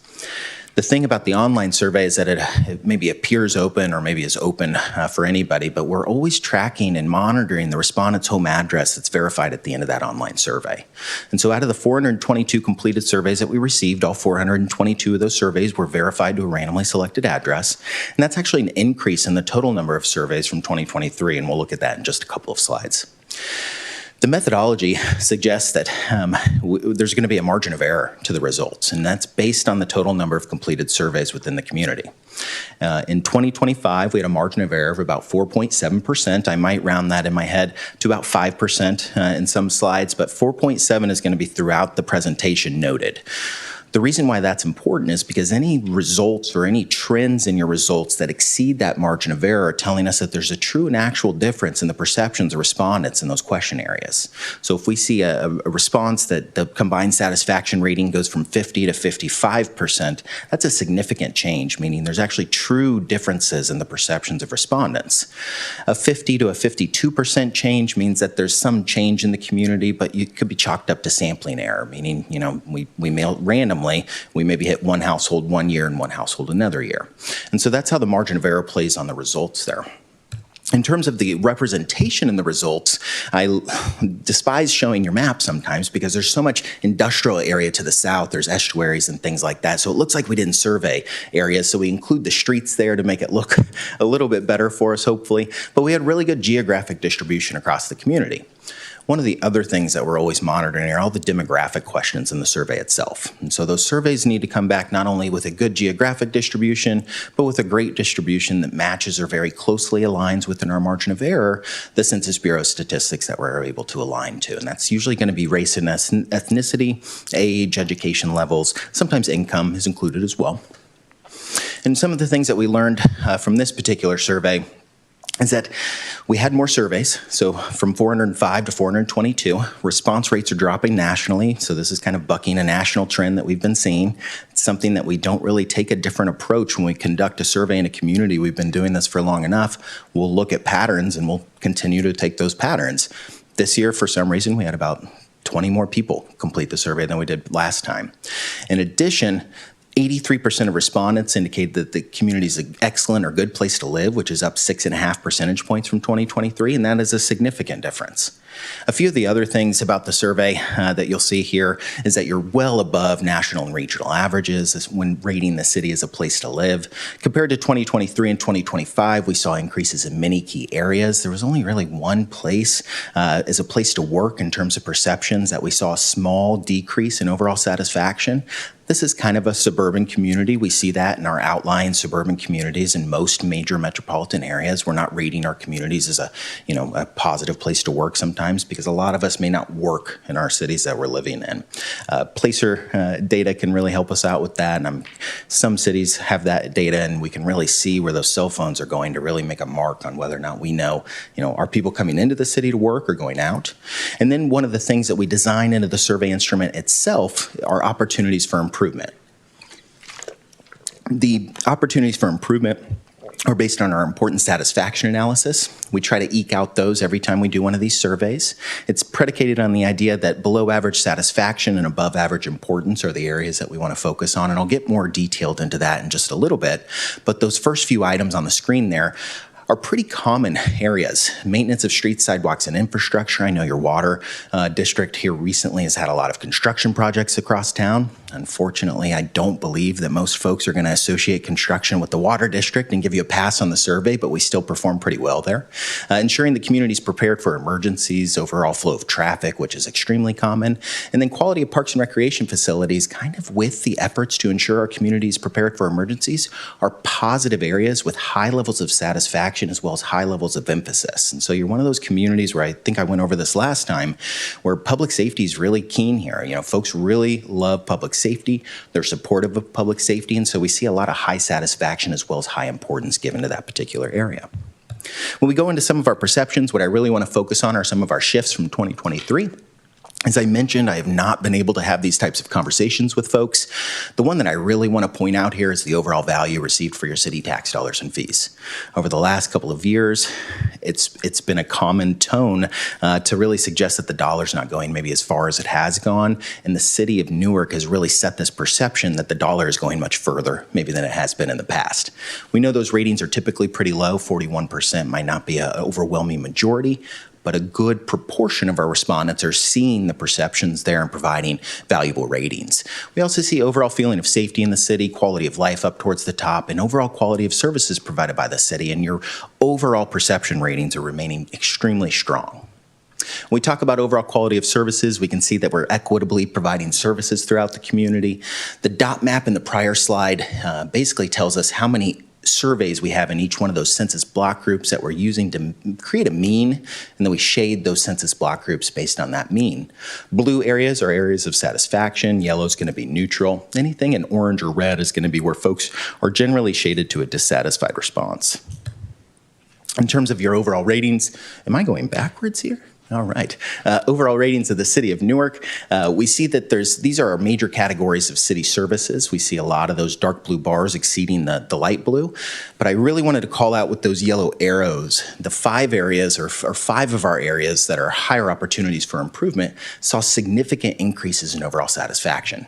Overall quality of city parks and recreation facilities remained strong, but we see a lot of those areas that were key determining factors in overall perception ratings actually see massive increases in overall satisfaction, which we can then kind of give credit to some of our perceptions from. When we talk about trends, we're talking again about some of the results that we've seen, but I really want to break it down. I know Roya went through some of that, but when we talk about the overall proportion of the items, there were 66 areas comparable between the two surveys on a 5-point satisfaction scale. You increased in overall satisfaction in 86% of those areas. 61% of the areas were actually significant increases. And so you increased significantly in 40 of the 66 areas that were assessed, which is really extremely uncommon. And we're going to see on this next slide that we're not only exceeding the margin of error in many key areas, but it's by a large margin. Access to financial and budget information, while not overly flashy, some way we've actually increased overall satisfaction. Enforcement of exterior maintenance or code enforcement is a really difficult item. Effectiveness of city communication with the public, which is likely one of the reasons why our ratings remained and continued to upkeep or go strong. We'll see some communication scores towards the end. But when a community is really effectively telling their own story, they can really begin to push perceptions based on the narrative that they're providing. We also see overall flow of traffic on streets, enforcement of cleanup, and as a place where I feel welcome. So there's a lot of quality ratings that are significantly higher in this year. There are a couple of decreases, and I would be remiss as a researcher to not highlight some of those. Accessibility of streets, overall quality of solid waste services, mentioning that a little bit earlier in the presentation, and ease of travel by automobile on city streets. And a couple of those items, we can see some direct attribution, some items that took place last fall that we could probably directly attribute to some of that. The big thing that I really want to harp on here is that this type of success has been extremely uncommon. To come up here and only have a few decreases and across 66 different items is really a testament to the way that the results were likely incorporated in decision-making over the last couple of years. It's really a testament to everybody's hard work here.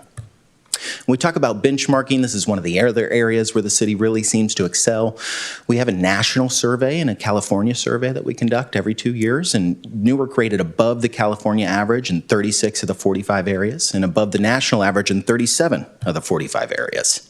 I could have shown all of these tables. I wanted to show the one with our overall quality of city services and the 4 items that are determined to be higher opportunities for improvement. The 5th item is that development services item. It just isn't a benchmark item that we have on our survey quite yet, but you can see how far and away the community is performing against those national and regional averages. Look at fire, police. Those are 30 points or 20 points, above some of those averages for fire, 30 points for police services. And then quality of customer service you receive from city employees still significantly above those national and regional averages.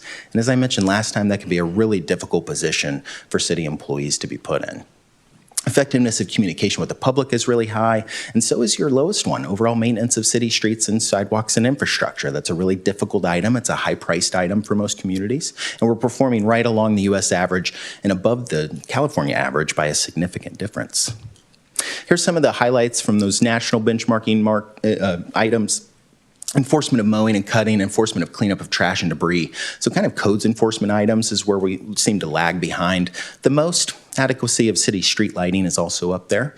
But on the left, we're seeing a lot of positive items and a lot of items that are related to our public services and public safety specifically. We see efforts to prevent crime, enforcement of local traffic laws, and then we also see some of those core services as a place to live, overall quality of police services, and effectiveness of city communication with the public.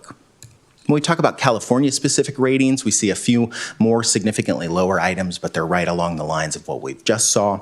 And some of the other areas is how quickly our police are responding to emergencies is 33% above the California average, which is just a really large margin for that particular item. We also see efforts to prevent crime in this particular area and effectiveness of communication again.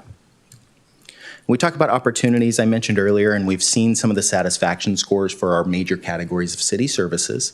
And when we rate or create the important satisfaction analysis, it's meant to derive priorities. And so that's a design feature within the survey. Even if 100% of respondents have been satisfied with all of the satisfaction items that we rated, we still would have asked folks to kind of we would have made them force rank each item. And so that's what we've done here. Below average satisfaction and above average importance are where most of our items are in the higher opportunities for improvement are going to live. We see overall quality of city police services right up there towards the top. And so that's one of those areas where we continue to see that as a high priority item, but not because satisfaction is low, but rather satisfaction is very high for that particular item. It's the number 2 most satisfied item out of the 12 items on the list. I like to rank these a little bit differently than in your report. In the report, they're broken down into 3 categories, high, medium, and low, basically. For the presentation, I like to suggest that the areas towards the bottom of the list are areas that you don't take your eye off of. Those are your kind of Those are in your pocket. And those are areas that you can continue to emphasize, that we should continue to maintain current levels of service. As we get into codes enforcement, we see a couple of areas where trends have maybe decreased slightly, or we've had some differences against national and regional benchmarks, so we should begin to look at that item. And that's why I've highlighted it yellow, even though the important satisfaction analysis in your reporting is going to highlight that as kind of a lower priority. It's an area that you should really be thinking about making some maybe changes in, or maybe some investments too. As we get into that lighter red and then the darker red, those are the items that are going to have the biggest draw on overall satisfaction, and specifically those perception-related questions as it relates to the communities, a place to live, place to work, place to raise a family, and things like that. Maintenance of city streets, sidewalks, and infrastructure, again, big ticket item. It's going to be a difficult item to constantly be battling, but high-performing communities, that's the item we really want to see at the top of this list. We don't want to see police. We don't want to see city trees. We don't want to see solid waste or fire at the top of this list. And when we see streets, sidewalks, and infrastructure, we know that communities are working on that item. And it's just going to be one of those difficult items for most residents. Based on the construction alone, it can be a really difficult item. So perceptions are strong with that specific item. But looking at some of these maps, we could begin to pinpoint where some of our higher opportunities for improvement might have higher pinch points or higher levels of dissatisfaction. Please keep in mind those larger areas, that larger area of orange, very few surveys taken in that particular area. It dominates this particular map because of how large that particular area is, but it's not a huge swath of the community. And then we see up north by those larger interchanges, 880 up there and 84, where we have a larger level of dissatisfaction. Moving into the city's efforts to ensure we're prepared for emergencies, we see one area of dissatisfaction, but primarily we see a lot of generalized satisfaction, that soft yellow to indicate more neutral ratings. And again, thinking about those dots that were in each one of those areas, we're splitting up 422 surveys across your city. And so these are maps to take with a grain of salt, but they can really help city staff begin to pinpoint specific areas of the community to maybe provide just a little bit more focus on potentially. Flow of traffic on city streets, it seems to be a problem, not for most people, but it's something that we did indicate that we'd like to see maybe a little bit of improvement in. Mostly satisfaction with a little bit of yellow. And then we talk about overall quality of parks and recreation facilities where we've performed very well. It's just a really important item to respondents there. One of the last ones is the quality of city planning, building, and development services, which can just be an extremely difficult item.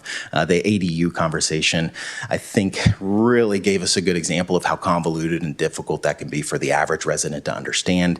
It can be a really difficult item for folks to rate. And so this is one of those items that we don't have benchmarking for, but we have been asking the question. And typically we hear a lot more from this when we do like developer surveys or business surveys is where we hear most of the better feedback on this particular item. We talk about additional findings. One of the things I also wanted to mention today was communication and community engagement. I wanted to highlight this particular section because I think that it's one of the areas that's going to continue to push your success moving forward. And I've highlighted many of these areas with green arrows. And the primary reason for that is that they're almost all significant changes in overall satisfaction. Opportunity to engage or provide input made by elected officials. Those are areas that we're not seeing positive remarks in. I was in a community that performed pretty well a few weeks ago at the beginning of the year. That was one area where they didn't perform very well still. And so it seemed like there was some issue in the community with that particular item. In Newark, we're not seeing a lot of that. We're seeing availability, content of your newsletter, really high ratings there at 67 and 56%. And we're just seeing a lot of positive activity there. And one of the other things that likely leads to some of your success is that the most used sources of information are also the most preferred. And so we ask respondents, how do they get information about the city of Newark? And we ask which of those items are most preferred. And we see the website, social media, and Newark News at the top. We hear about it from word of mouth and things like that towards the bottom, but primarily the city of Newark are managing those stories, managing the narrative. And I think sometimes that sounds nefarious, but when you're able to tell your own story, you're able to highlight the nuances or the details that the average person might not otherwise understand. One of the other findings in the report that I did not present in the slides tonight is only about 1 in 3 respondents indicated that they've ever watched or attended a meeting. You know, we had a great attendance to start, and then everybody kind of filters out. And we know at ETC Institute, most folks, when they attend a meeting, it's really for a recognition or maybe to have their voice heard for a specific issue. So not everybody's coming to these meetings, but it appears based on this slide and this slide that the city is very well communicating with the community throughout the city, which is really great to see. In summary, positive perceptions remain extremely strong. Overall satisfaction with core city services that do drag down or keep up overall perceptions were really significantly increased from 2023. Between 2020 and 2023, most of our communities saw significant decreases in overall satisfaction, and that's really a trend from 2020 on. I've done 3 surveys for communities, 2020, 2022, 2024, and I've seen continued positive decreases where instead of just looking at 1 year's significant decrease, we're going back to 2020 and 2024 and saying, well, maybe it wasn't significant in the middle year, but because of those 2 years, now it's become a significant decrease over the past 2 surveys. And we're just probably not likely to see that if you conduct a 3rd survey. And we definitely didn't see it in our 2nd one. Critical city services saw meaningful gains, and benchmarking continues to confirm that you're doing really good work here. Opportunities exist, but they are common for high performers, and we'll see that throughout the important satisfaction analysis. Overall, the trajectory is really strong for the community here, and we'll likely use you for a few examples moving forward with other clients. So with that, my contact information, I'll take any questions that I can answer tonight, and if I can't, I'll get a response back to staff probably next week. Thank you for the very thorough presentation. Thank you, Mayor. I'm going to ask if there's anybody in the audience that would like to comment on the survey before I turn it over to my colleagues. All right, we'll start this time on the left side of the room. Comments? Questions? Councilmember Little. Yeah, so one of my biggest things I've always kept an eye out for is communication from the city to regular folks. And so I'm really happy to see the good news in there. But one of the main things I hear about all the time is, what's going on? I don't know what's going on. And one of the biggest avenues we have is we have one social media page run by somebody called What's Happening in Newark. And that's really, I think 7,500 people are on it, and it's really popular. What are you seeing in other cities that is making a big change, very positive, really helping, just being really successful in reaching people? We're doing a lot, but I'm still hearing people say, I didn't know that was going on. I had no idea that was going on. Yeah. What are cities doing in other cities that is successful? Yeah, that's a great point. I think that some cities have focused and narrowed down their social media reach, where maybe they had like a police and a public works and a parks one. I've found a couple of my communities have really consolidated that into kind of a primary source. And they think the idea has been with a couple of my higher performers is that now that they're not trying to follow all these different things, they're more so seeing our individual page, and we're pushing everything from that individual page. The other thing that a community back in the Kansas City metro area is doing is, and this also sounds nefarious, but they're embedding people onto Nextdoor. They're city liaisons is what they call them. And so Nextdoor can be a rather cranky place if you're ever on it. The city liaisons are there to not counteract that, but to provide information when crankiness kind of arises. And so, hey, I don't like what the city's doing, or I didn't like that accessory dwelling unit that went in my neighbor's front yard. Well, on January 22nd, we had a really great presentation at City Hall about that. Here's a link to it here. And so there's some opportunities to kind of engage community members using other community members, but you then have to find those champions. So I think that's kind of a difficult thing for large cities, but Newark does seem to kind of be in that sweet spot where you could begin to maybe find some neighborhood groups on Nextdoor and begin to, liaise with a resident in the community to keep them very close, to bring them to these meetings, to really keep them in the loop, and then they can disperse that information when they hear those things popping up. What is it called again? Like a community liaison. Yeah, it's a fancy word the city of Lisa Emma came up with, but I think you could do a community partner, I think would be just fine. Great question, though. Councilmember Grindal. Yes, I just have one really comment for you, and then a comment for the city manager.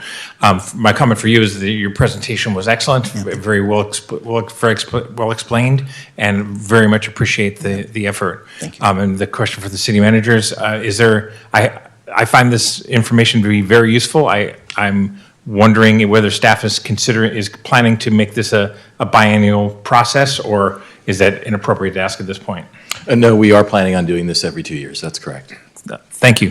Thank you. Before I turn to this side of the aisle, City Manager, I'm happy to go back to Ryan's community and survey his community. Oh, please don't. To see how his community compares to our community. No, thank you, Mayor. No, thank you, Mayor. And then stand in front of him as an alderman and be able to give a presentation. Yeah. Thank you for the presentation. You would have my bad time that I've been having over the last couple of years, I think. Councilmember Contancio. Thank you so much Yeah. for your presentation. I also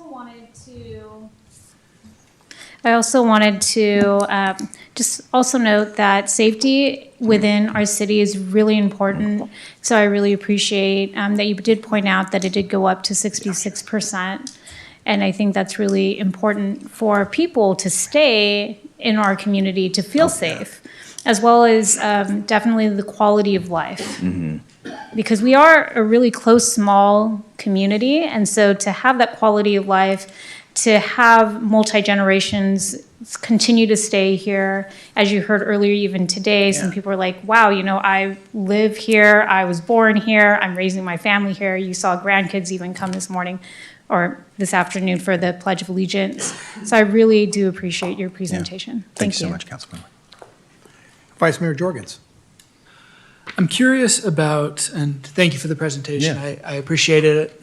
Looking at the numbers, appreciated it a little bit more than 2 years ago when Of course. the presentation. So I'm Baselines are glad to great, see increases are numbers better. going in that direction. I do have a question about, one of the things that we were really looking at is, a place that, we can make some, real efforts, moving forward was overall maintenance of city streets, sidewalks, and infrastructure. Is there any reason, or did we separate out in any way kind of streets versus sidewalks? Because in my head, those are two pretty separate things. Sidewalk maintenance might be, hey, there's some sticks or, some water puddling or some mud, stuff that wouldn't be an issue on the road.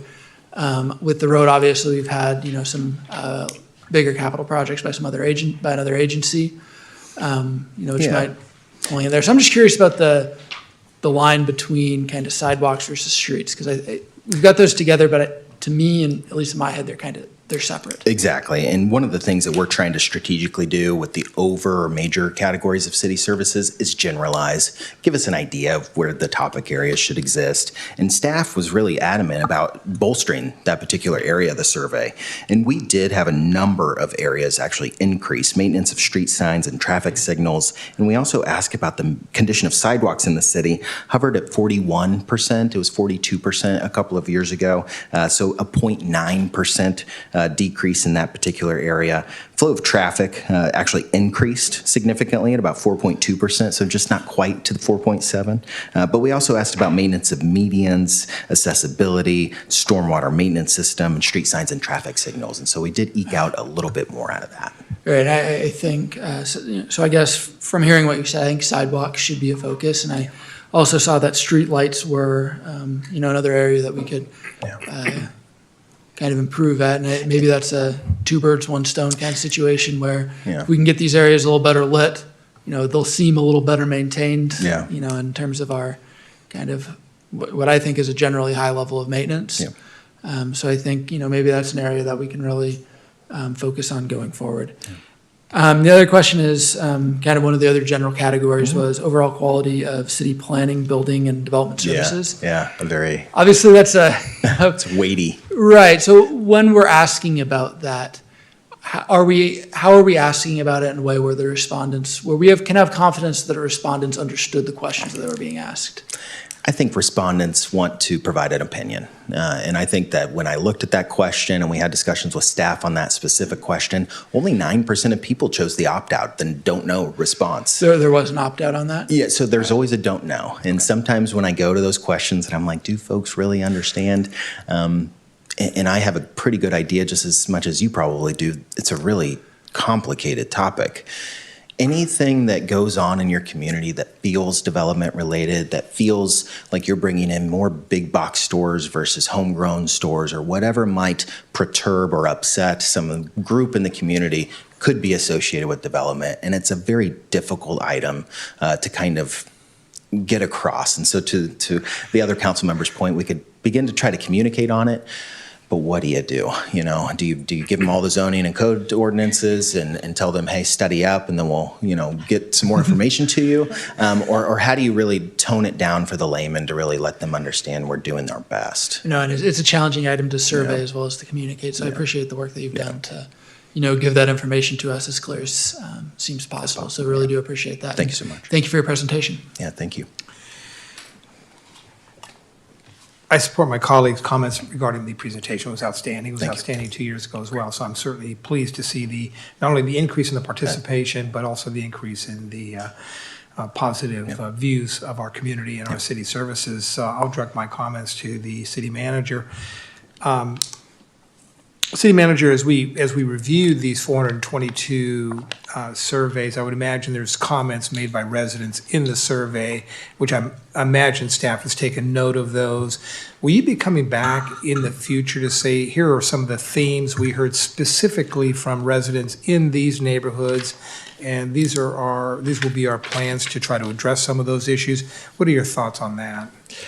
Certainly would be happy to do that. I think that's a question for the consultant, Ms. Gonzalez, is to what extent can we glean meaningful information from those responses that would further inform us as to what actions that we can take. Oftentimes in those types of responses, they may or not be specific in what they're trying to get at. That's been my understanding. Mr. Murray? Yeah, and that's a great point. We were really thoughtful again in the way that we presented an open-ended comment this time. Following our community investments question, which was question 21, we asked respondents, how supportive are you of these different areas that we know we need to invest in? A lot of it's capital improvement type stuff, such as, upgrading street medians, improving traffic flow to reduce congestion. In 23, after we asked folks to force rank which of those items are actually most important, we asked, are there any other community investment areas not listed that you'd be supportive of? And so this year we took an approach to really kind of focus in, and some of the reason for that is if you give folks kind of, hey, are there any additional suggestions, we can get a lot of different things. And so we'll take another look at that for staff, and we can do some more thematic elements, and maybe we'll look at some of those census block groups, or maybe kind of quadrant your community in a way, and maybe we could talk with Roya about how we could strategically do that for you. For example, you showed the that corner Yes. near the 880 area. Yeah. So there may be something common in that area that we might be able to address. Exactly. Just in that area that might change that overall Yep. rating and perception in that Yep. area as well. Great point. One of the comments that I've heard from the community, Mr. Benoon, and I've certainly have experienced as well, is the ease of travel. Yeah. We're only 14.2 square miles, yet it can take a long time to get from here to there. Have we done an analysis as to the time of travel from one area to another area during a certain part of the day, and noting the time that it takes to get from here to there, and whether or not there are some things that we can do as a city to significantly reduce those times of travel? Thoughts on that? I'm unaware of any such study that we have, any information that we have within our possession that would speak to that. But I'd be happy to speak with city staff and see what information we can gather and provide that information to the council. Great. And it's not something I want you to put on your top list of priorities, but I've heard from the community time to travel from here to there, especially dropping kids off at school and dropping kids off at other schools, can take a significant amount of time. Yeah. So it would be interesting to kind of gauge that and then see, as we look at that, are there opportunities for improvement in terms of those times traveled? I'm going to leave my last comments, Mr. Benoon, to you and the city staff. What an outstanding survey. Wow. I mean, if I could stand up and just applaud city staff, Yes. I would absolutely do that. I mean, we've seen so many significant improvements in this city, and we're such a small city in terms of the quality of service that we provide to our community. And you talk about communication. I mean, just the most recent example is the newsletter that we now send out to our community, which is so much more information and so much news that the folks can certainly say we're doing our best to provide that information back to the community. But just real kudos to you, Mr. Benoon, and to all the city staff that they're the direct result as to why these numbers are going up. We'll do what we can in terms of establishing policy and direction and things of that nature, but we're not the ones out there delivering the day-to-day service. Our police department, outstanding. I shared that today at a county meeting when I talked about our survey. And I said, how many cities, and it was a rhetorical question, how many cities would like to have street condition as their number one issue and not have it be public safety as it is in many of our communities here in the Bay Area? Of course. It's not. And I imagine a number of my colleagues from other cities would love to switch that, because we're working on that. I can improve the roads, Easy, yeah. but if they have a poor perception of public safety, fire safety services, there's not much you can do. I can hire more police officers, I can hire more firefighters, but at the end of the day, if that perception is there because of high crime and this and that perception is going to stay there for a while. And so we're very fortunate to have outstanding police, outstanding fire, outstanding parks, outstanding communication with our residents. So real credit to you, Mr. Benoon, and your leadership in this community for providing such outstanding service to our community. This is not an action item. I did like Councilmember Grindal's comment, and I saw the city manager shaking his head that we will return. It's our responsibility to touch base with our community on a periodic basis. How are we doing? They are our customers. It's called customer service, public service for a reason. We're here to serve. And if the community does not feel we're doing a good enough job, then there's opportunities for us to take that information, work on it, and improve. And at this point in time, I'm just going to add, by the way, 5% to all those numbers you just gave me. Please. I'm going to factor in that plus to be the plus Yes, side. of course. And not the minus side. So it actually was even better than I thought it was. So I'm going to add that to all of our survey results. But again, thank you for your presentation. Thank you so much, Mayor, and very I think well we'll said. probably see you again in 2 appreciate years. that, yeah. It's the thoroughness of your report and the details of your report that minimize the questions here. Yeah, that's great. It was self-explanatory. Yeah. So thank you. I appreciate it so much, and your thoughts were just great. Are you not going to Sacramento soon? That was fantastic, and really just as an elected official myself, just really touching. That was really great. Thank you, Mayor. Thank I you really very much. appreciate that. And Thank good you luck so in your much. community as well. Thank you so much. I appreciate it. Thank you, You're everybody. welcome. Have a great meeting. All right. I'm going to add, what have you done for me lately? All right. Well, Mayor, ladies and thank you gentlemen. for the, if I may, just thank you and the council for your kind comments in regards to city staff, and I thank the consultant as well. He's been a pleasure to work with. We will upload portions of this meeting to our intranet so that staff is aware of council's positive comments and to the hard work that they've done, as well as snippets from the consultant's presentation, so that staff is aware of the overall satisfaction rate of our community. Good. And I think Councilmember Little's comments were really on point.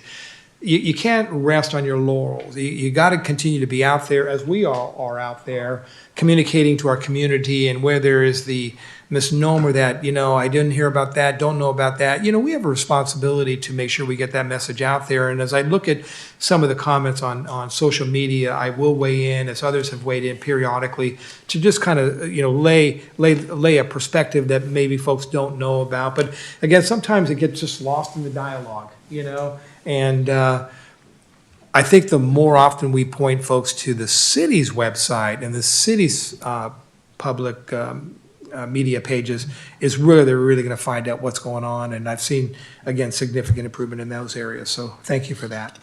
The next item is economic development update and informational memo. I'll turn it over to City Manager Benoon. Your Honor, that is item F3. I'm sorry, did I pass one already? Item Yes. F2. Yes. Sorry, Jim. I was going to come back to you last, Jim. So the next item is the consider a resolution adopting an update to the January 2010 Climate Action Plan Initiative framework, and I'll turn it over to Mr. Benoon. Yes, good evening, Your Honor, and members of the council. Item F2 is a recommendation to adopt the final version of the Climate Action Newark Plan update. This plan outlines strategies for the city to implement in order to meet certain targets to reduce greenhouse gas emissions by specified dates. If the council may recall, in October, staff presented to the council recommended strategies that the city should take to meet these targets. The council provided feedback, and now we are at a point to adopt the final plan. If the council approves the plan, then we will put it on the website and attach a spreadsheet that shows our progress on meeting our targets so that the public is aware of our efforts. The presentation tonight will be delivered by our Environmental Services Manager, Mr. Jim Scanlon.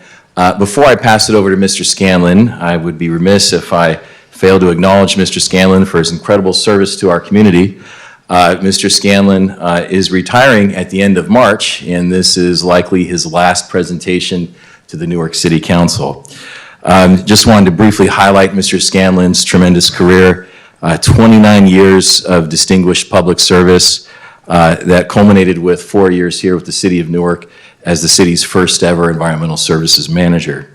In that 4-year period, Mr. Scanlon spearheaded the development of our sea level rise resiliency plan, led the implementation of SB 1383, which is a heavy lift, and he took the lead on our Climate Action Newark update. And that's, of course, in addition to all of his day-to-day stormwater permit tracking requirements and all that stuff that he has to work with. Mr. Scanlon, it's just been a sheer pleasure working with you the past 4 years.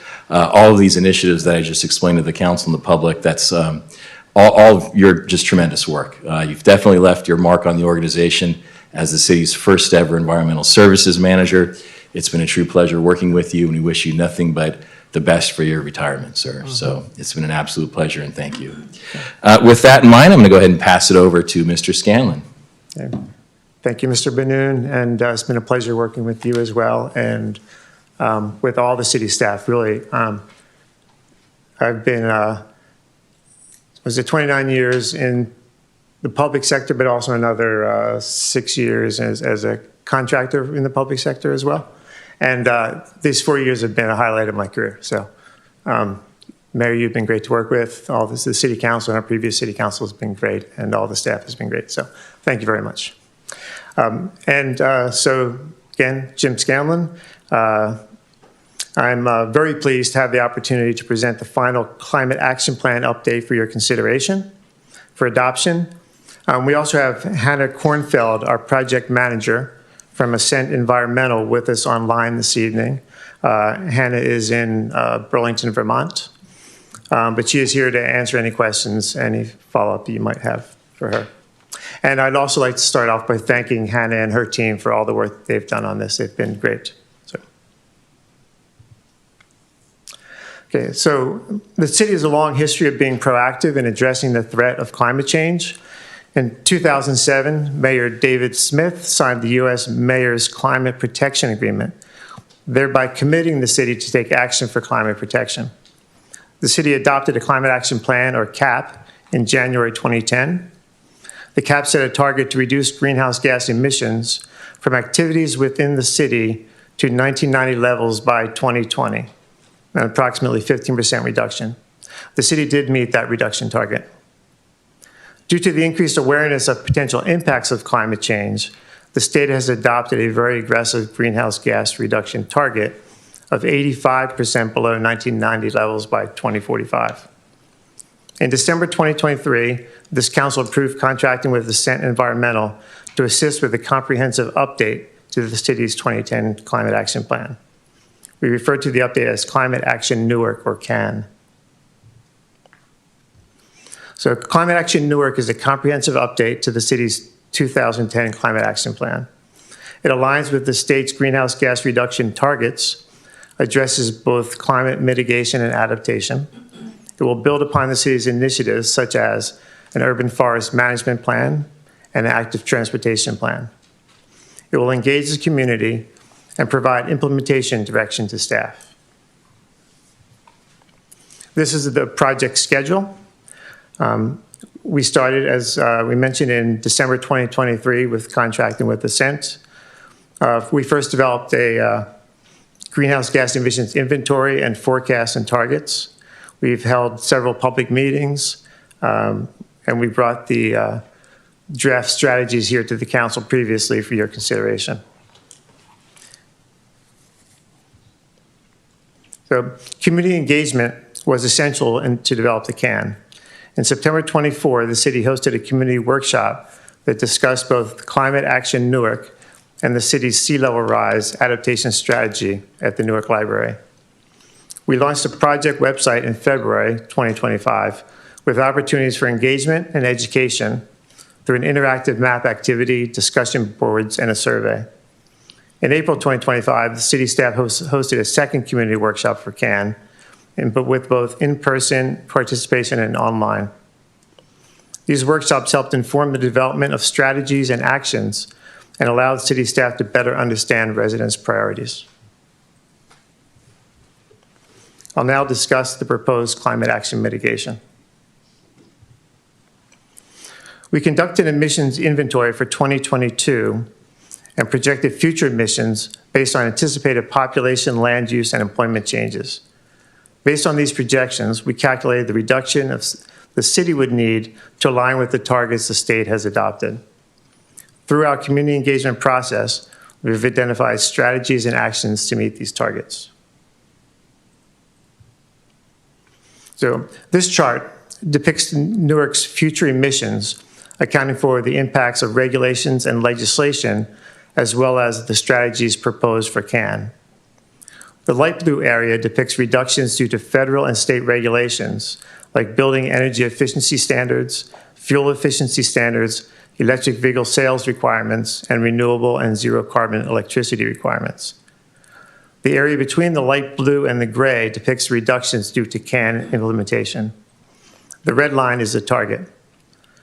Newark would meet its 2035 reduction target, but fall just shy of the 2045 emissions reduction target through the implementation of the CAN strategies.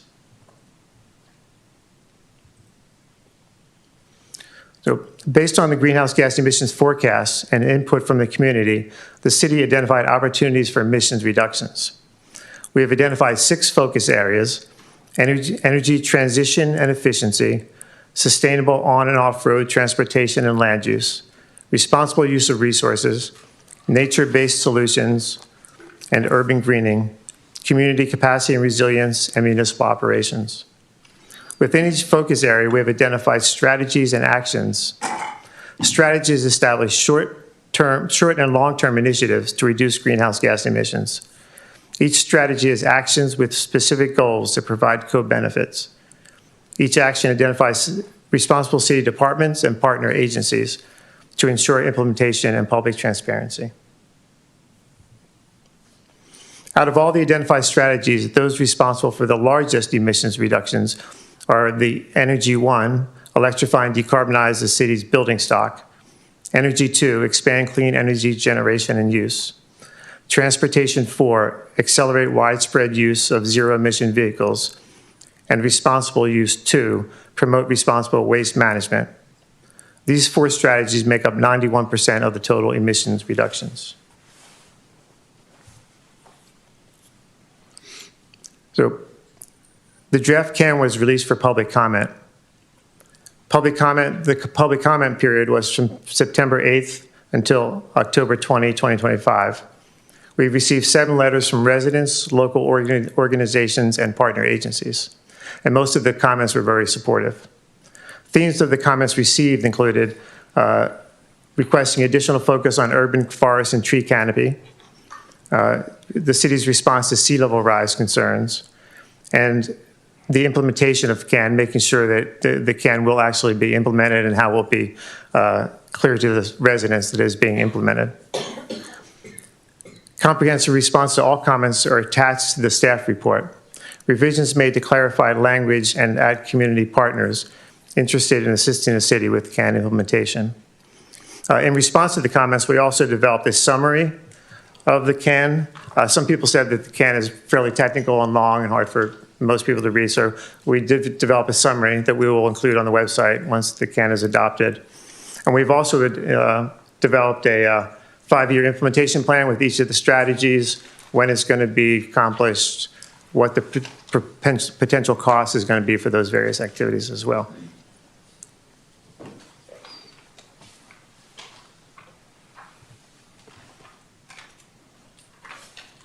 So as I said, we have prepared a 5-year implementation plan that serves as a city work plan for the city, helping inform staff and budget expenditures. It incorporates the implementing departments, community partners, and key performance indicators. It identifies external costs, potential funding sources, and timelines. And it's also accompanied by a key performance indicator tracker. So these are the implementation actions for 2026. They include develop an urban forest management plan, which we approved starting at the last meeting. Adopt the City of Newark Active Transportation Plan and review related parking regulations. Complete the sea level rise adaptation strategy. Update the zoning ordinance to include transportation demand management standards for development projects. Develop an education and outreach program that will help spread awareness and support the implementation of CAN. Staff recommendation. The staff recommends the City Council by resolution adopt the City of Newark Climate Action Newark as an update to the city's 2010 Climate Action Plan. And with that, I'll thank you, and I'll take any questions. Thank you, Jim. I appreciate that. Is there anybody in the audience that would like to comment on the presentation? I'll come back to the council, and I'll start on the right-hand side. Comments? Councilmember Contancio. Thank you for your presentation, and also thank you for your dedication to Newark. And I do hope that you have a happy retirement as well. Thank you. For your future. Regarding climate action, I'm really glad that you did point out that we've been doing this since 2007 until now. And so I really appreciate you overseeing and managing this area. Thank you. Oh, thank you. Vice Mayor Jorgens. Yes, I want to thank you for the presentation. I know while the presentation was brief, there's a lot of work that goes in behind it, and that's produced what, in my opinion, is a very impressive document. So I do want to thank you for all your work on this. Yeah, thanks. Councilmember Little. Note that appreciate everything. Congratulations on your retirement. Thank you. If you could just give me a couple of sentences real quick. I did see in there that you had the sea level rise adaptation plan. Could you let me know some details of what Newark's planning to do for about sea level rise adaptation? Yeah, so we've developed a couple modeling studies so far. So we did a study of the flood modeling, and then we looked at what kind of impacts the flooding may have under various scenarios. We've had one stakeholder meeting. We're going to have another stakeholder meeting on February 5th. And we're going to present what our strategies are moving forward, just kind of general conceptual strategies. The area of the city that's the northwest corner of the city is the area that has the most potential impact of flooding. So we're going to focus some of the proposed strategies, mitigation strategies up in that area. So we're going to be working with the city of Fremont, and related to this, the city is required to develop an RSAP, a Regional Shoreline Adaptation Plan, and the idea is to work together with Fremont and the city of Newark on what they call the Maori Operational Landscape Unit, which is essentially from the Dumbarton Bridge down to Maori Slough, and put together a mitigation plan for potential sea level rise. And we need to submit that to BCDC. Yeah. And Jim is following up on the council member's question.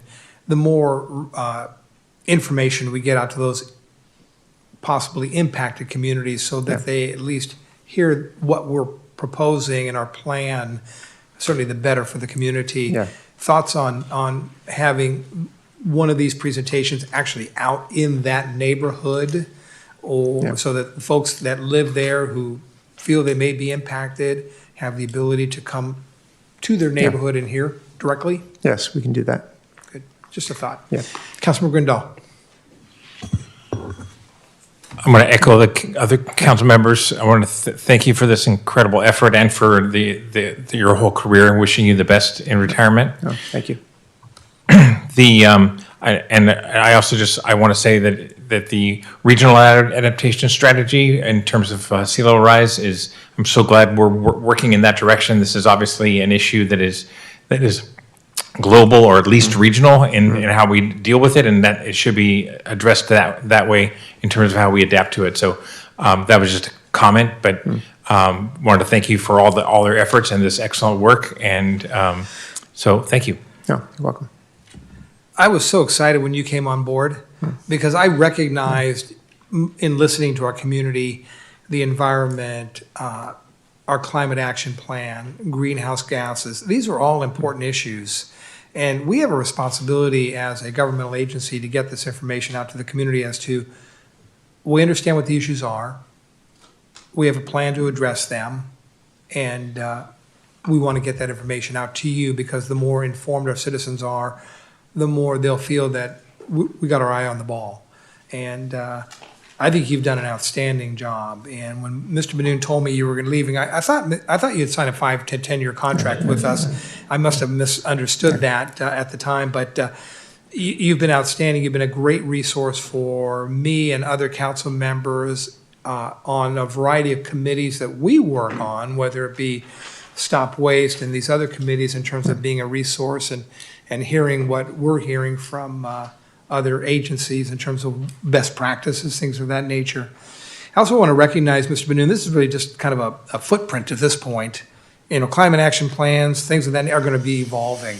They're going to evolve. What we know today, we know today. What we don't know tomorrow, we won't know. And so this is really an opportunity to say, here's where we are today.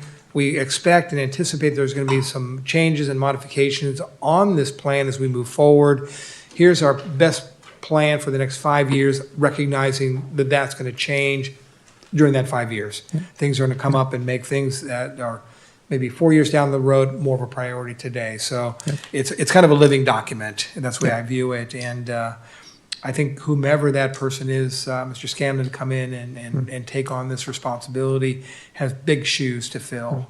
And I know that, you know that, and the city manager certainly knows that. So I've always been real proud of people that have served in public service for as many years as you have. It's a difficult job, especially in the area of environment. And you've done nothing but demonstrate professionalism, leadership, and just a real understanding as to what are important issues in our community, and you've been responsive to those demands and ideas. So thank you for your service to the community. Thank you very much. It's been a pleasure. Thank you. This is a action item. It's not an action item. It is an action item. Yes, it is an action item. I need a motion and a second. I would like to move the item.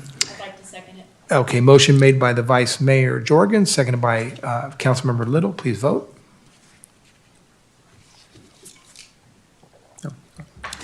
And your last vote at any city council meeting was unanimous, 5-0. Congratulations, well deserved. Congratulations.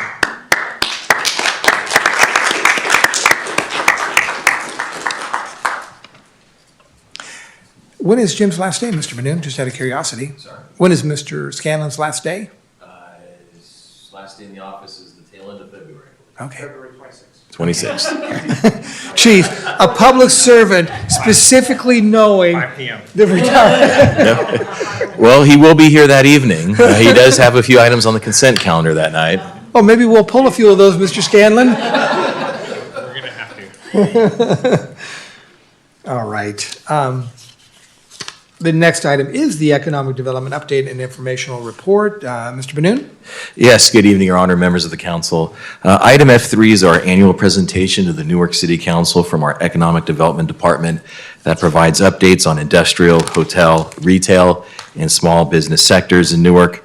Staff will also present on the business-related initiatives and economic development programs that are occurring throughout our town.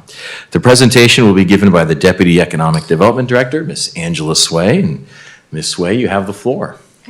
Thank you so much, Mr. Benoon.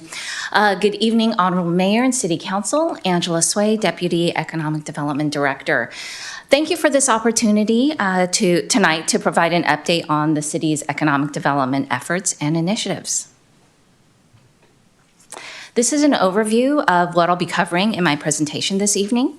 The health of Newark's business ecosystems, which will be market updates, economic development efforts of 2025, celebrating Newark's milestones and achievements, and then looking forward towards our 2026 economic development work plan. So I'd like to preface that for real estate data that we use for this presentation and typically in our reports, we use CoStar. And CoStar is a commercial real estate database platform. CoStar is an industry standard and widely used by commercial real estate professionals. So I'm going to jump right in with industrial and just give you an update here and just some highlights.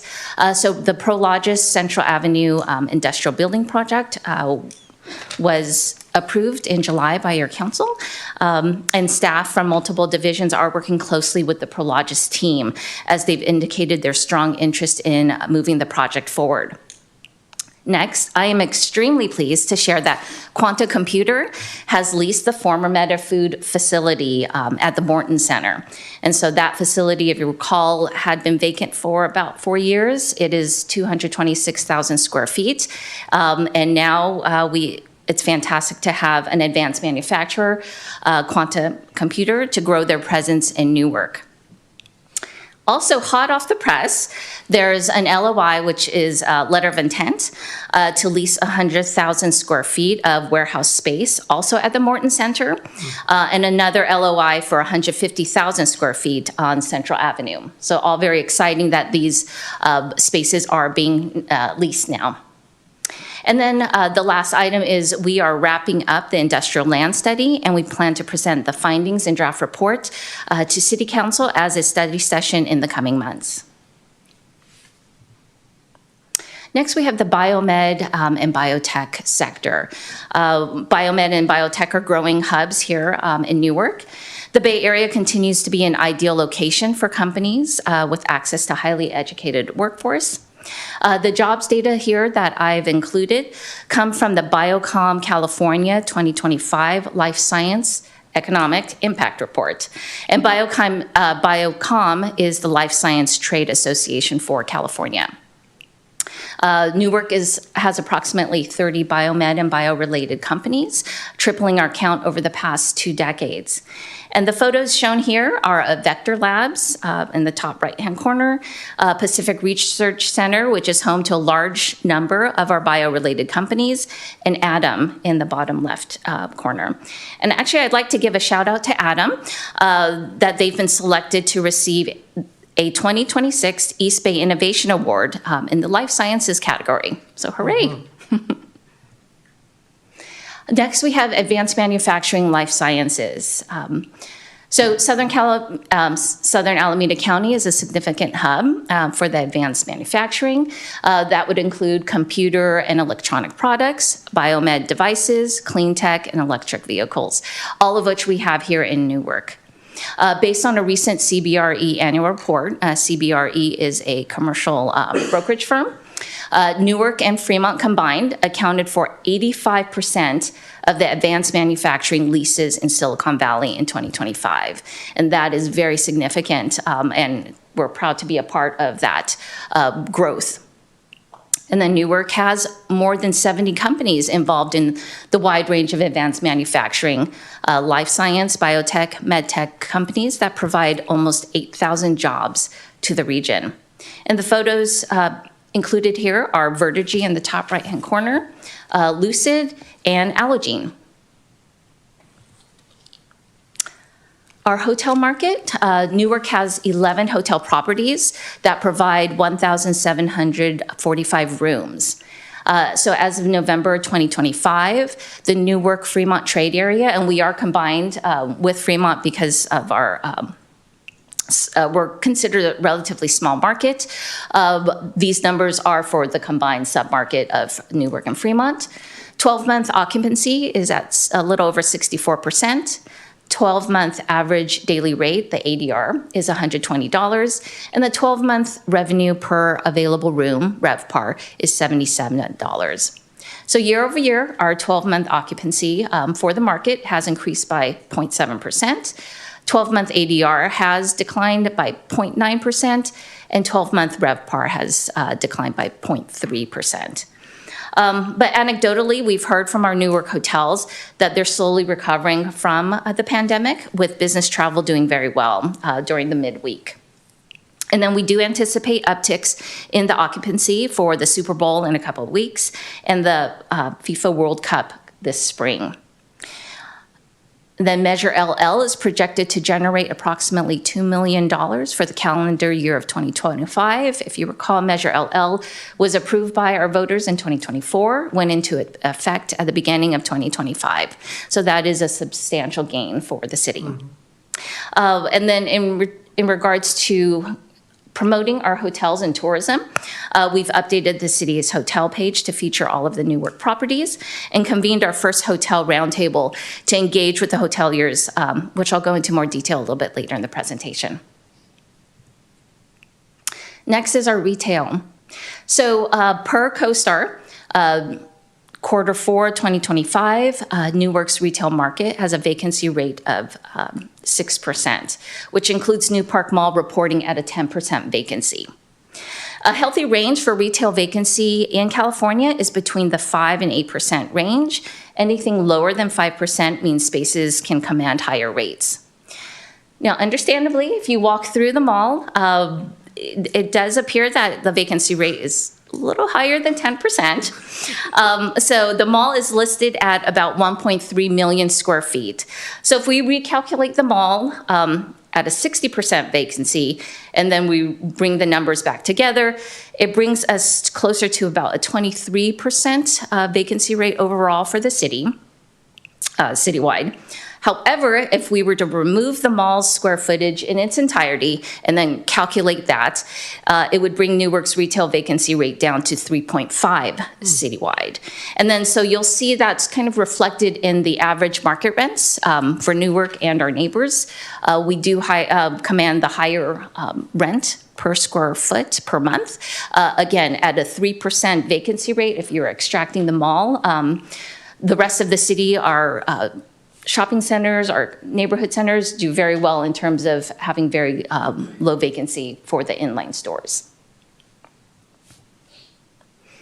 Next, this is a chart of Newark's top 25 sales tax producers as of Q3 in 2025 in alpha order.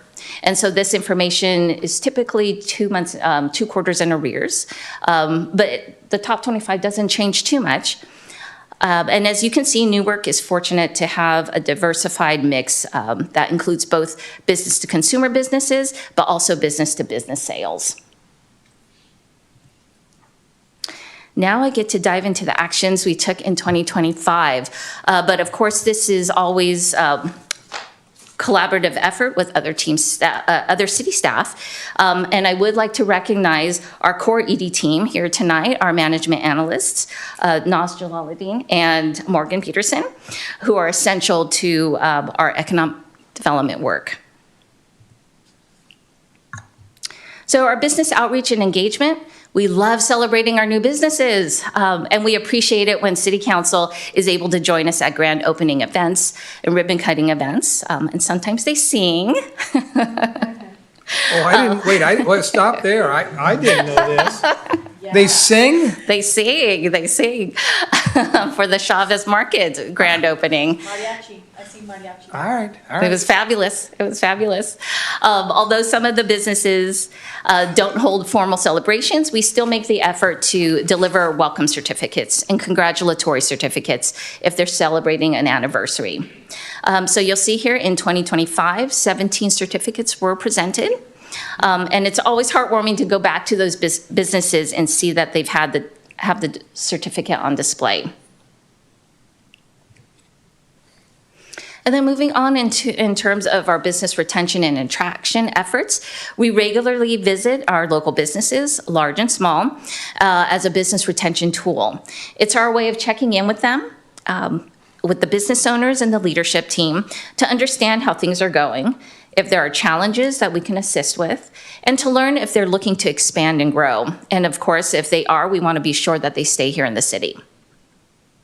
As I mentioned earlier, we hosted a hotel roundtable in partnership with the Newark Chamber and Newark PD, and it was a great opportunity to engage with the hoteliers, to hear how they're doing, if they're experiencing any challenges, obviously to share public safety information, and to discuss ways to capture the tourism from the Super Bowl and the FIFA sporting events coming.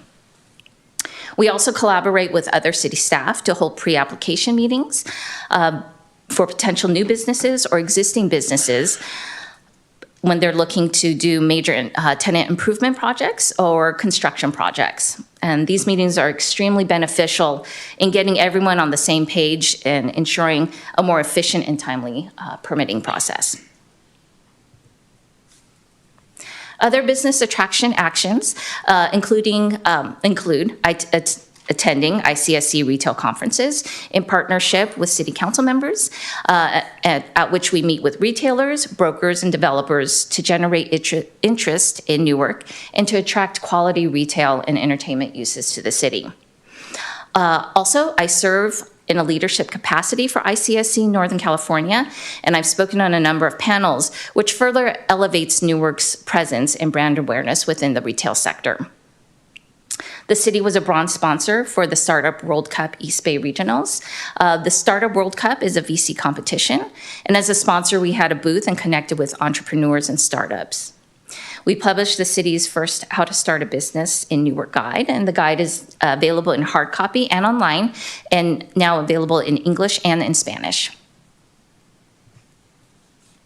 Also, we launched the Shop Newark campaign in conjunction with the State of the City address. We also published the first flavors of Newark restaurant guide, and we're actually on our second edition since we have new restaurants, and the roulette wheel app that helps you decide where to eat. So I hope you've all tried it. If not, go online and try it now. For tomorrow. We hosted the Small Business Saturday event in partnership with the Newark Chamber and Newark Library. And we received really positive feedback from the participating businesses, happy that we were helping to promote them. But we also received positive feedback from the residents who were happy that the city was making an effort to support our local businesses. Then focusing on workforce development, the city celebrated its third manufacturing week that included arranging for employees from local companies to speak at Newark Memorial High School. And it was such a win-win-win with our local talented employees excited to share their experiences with students, the students really engaged and interested, and then teachers thankful for securing guest speakers. We also held our quarterly HR meetups, which bring together HR professionals from Newark companies to discuss a variety of topics. And then in addition to the city's ongoing PPRR program, we held a series of business workshops and trainings in collaboration with the East Bay Small Business Development Center, BMO Bank, and Newark PD. And so it was fraud prevention, restaurant program, and financial resilience. And then to raise Newark's brand awareness, we strategically chose to sponsor a number of events to highlight our importance in the region and to showcase local companies, such as Triple Ring and Aspire Bakeries at the recent Alameda County Mayor's Conference. And then our work also includes engaging with the community to be that bridge to the local businesses. And we have participated alongside with other city staff at various community events throughout the year. And then here are more examples of our outreach and engagement efforts. I'd like to take a moment to recognize Stephen Cassidy, who was appointed as the Chamber CEO. He was a pleasure to work with, and we are deeply saddened by his recent passing. As part of our work, we continued to support the Chamber of Commerce, and we were involved with the recruiting and onboarding of the new CEO, Stephen Cassidy, and then we continued to manage that contract with the Chamber.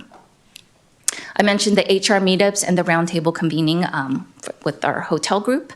I'll talk a little bit more about the business buzz, and then we continue to support the Old Town Business Association and be that liaison to the businesses with the upcoming Streetscape project. And here I want to highlight the Newark Business Buzz as an effective tool in sharing news with our businesses and sharing news about businesses to all readers. We have over 1,700 subscribers, and anyone is welcome to sign up to receive the newsletter and stay informed. We initially published the newsletter on a quarterly basis, but it was so well received and we have so much information to share that we now publish it monthly. And here we have Newark mentioned in news articles, as well as Newark businesses being mentioned in Newark in news articles. So our growing advanced manufacturing sector was highlighted in a couple of news articles, the East Bay EDA website, as well as a KQED article. Pie Dreams was featured in the Tri-City Voice. Lucid had worldwide coverage of its breaking the Guinness World Record. And then Pink Lab was featured for its women empowerment focus. And now, celebrating Newark's milestones and achievements. Just going to start off here just with some demographics and statistics about our community. Population still a little over 47,000, median age 37, number of households over 15,000. The average household income is 207,000. Bachelor degree or higher, almost 50% of our residents highly educated. To date, Newark has over 1,600 businesses, ranging from small home base, also to our larger corporations, and that information is based on our business license database. Newark's top 3 largest industry employers are transportation and warehousing, manufacturing, and professional scientific technical services. Our unemployment rate stays fairly steady, and we are below the Alameda County average. And here's some fun stats. Niche.com releases annual rankings, and Newark does very well, as you can see, especially as one of the best suburbs for young professionals in California. Based on our population size, Niche.com categorizes us as a suburb. I believe populations of over 100,000 are considered cities, so we'll always be known as a suburb based on Niche.com survey. And then I mentioned the city's ongoing PPRR program earlier, and that is the Plan, Prepare, Response, and Recovery Program. A big shout out to Richard Martinez, the city's emergency response coordinator, who partners with us to continue providing these important trainings to our local businesses and to their employees. And to date, we have 97 businesses that have successfully completed the program, and that includes 3 modules, and the training of over 360 individuals now better equipped to respond in emergency situations. And many of these employees do live in the area, so we know that they are learning to keep their business safe as well as their homes safe. And the program won an award of merit from the California Association of Local Economic Developers, CalEd. Now, looking forward at our work program for 2026. Similar to this presentation, the Economic Development Impact Report summarizes the division's work and accomplishments. We are looking to finalize the industrial land studies, and as I mentioned, we will bring those findings and the draft report back to City Council as a study session in the coming months. We're looking to launch the business recognition program, and this right now is meant to be an application process, and we're still kind of building that out. And then working with the city's communications and public engagement manager to develop branding for economic development marketing pieces. Next, we have optimizing economic development's social media presence. Then launching a formal mayor and city manager business site visitation program where we, draw out a schedule, and then we are going to businesses on a regular basis, again, with the intent to kind of find out how they're doing, and then just make sure that things are going well and that we keep them here. Continue to build on the success of the Shop Newark campaign, and then capitalizing on the upcoming sports tourism. So this can include partnering with other city departments on special events and community groups, and perhaps a watch party for the community. A very important project on our work program is the upcoming ULI TAP, and that's the Urban Land Institute Technical Assistance Panel. This study will be focusing on the New Park Mall and the Ballantyne Commercial Corridor area. And the purpose of this study is to get a fresh perspective and new ideas on how to reimagine the area to optimize the area's strengths based on current market conditions. The TAP will be hosted here on February 25th and 26th. It's a 2-day exercise. On the 26th, we will come to City Council and the findings will be presented. And finally, here's a recap of some of the successful programs and initiatives that we've had in 2025 and that we look forward to continuing in 2026. And with that, I'm happy to answer your questions. Thank you. No, thank you. Remind me, Mr. Manoon, how many people work in the Economic Development Department? It must be 20, 30, 40 people. How many people are working in that department? It's 2 1/3, sir. 2 1/3. 2 1/3. Wow. Small but mighty. Small, but, well, that's Newark. That Small is, but mighty. exactly. Thank you. What an outstanding report. Folks, is there anybody in the audience that would like to comment on this presentation? Seeing none, I'll start to my left. Councilmember Little. I just want to say, I love what you do. I love your department. I love everything. I'm so big on businesses. Both my parents owned small businesses. My dad owned a small brokerage firm. My mother had a staffing company. I grew up with small businesses, and I can't even tell you guys are on fire. I'm so happy. You guys do great stuff. I read your business buzz every single time. Thank you. It is fantastic. I feel we need to start working with Colleen on social media and get poor people signed up on it, because there's so much information in that small but mighty newsletter. So I just think if we can get more people to sign up for it, because it's amazing. You guys are doing awesome. You're on fire. It's awesome. Quick question. So how many new jobs are we forecasting with that Questa computer coming in? What we've heard so far that it will be in phases. I think at full build out with all their lines going, they're anticipating up to 800. Yes. Awesome. So one thing I would also like to, and this may just be a personal thing for me, is more communication on open houses and ribbon cuttings. I would love to go to some of them. When I used to live in the San Ramon, the other area, they had really good, Pleasanton Chamber of Commerce was on it, always did ribbon cuttings. And I think I would really like to be more participant personally with me. So if you could make sure to get me information, I'd like to have that. Oh, of course, yes. The last but not least, the elephant in the room, the bowling alley.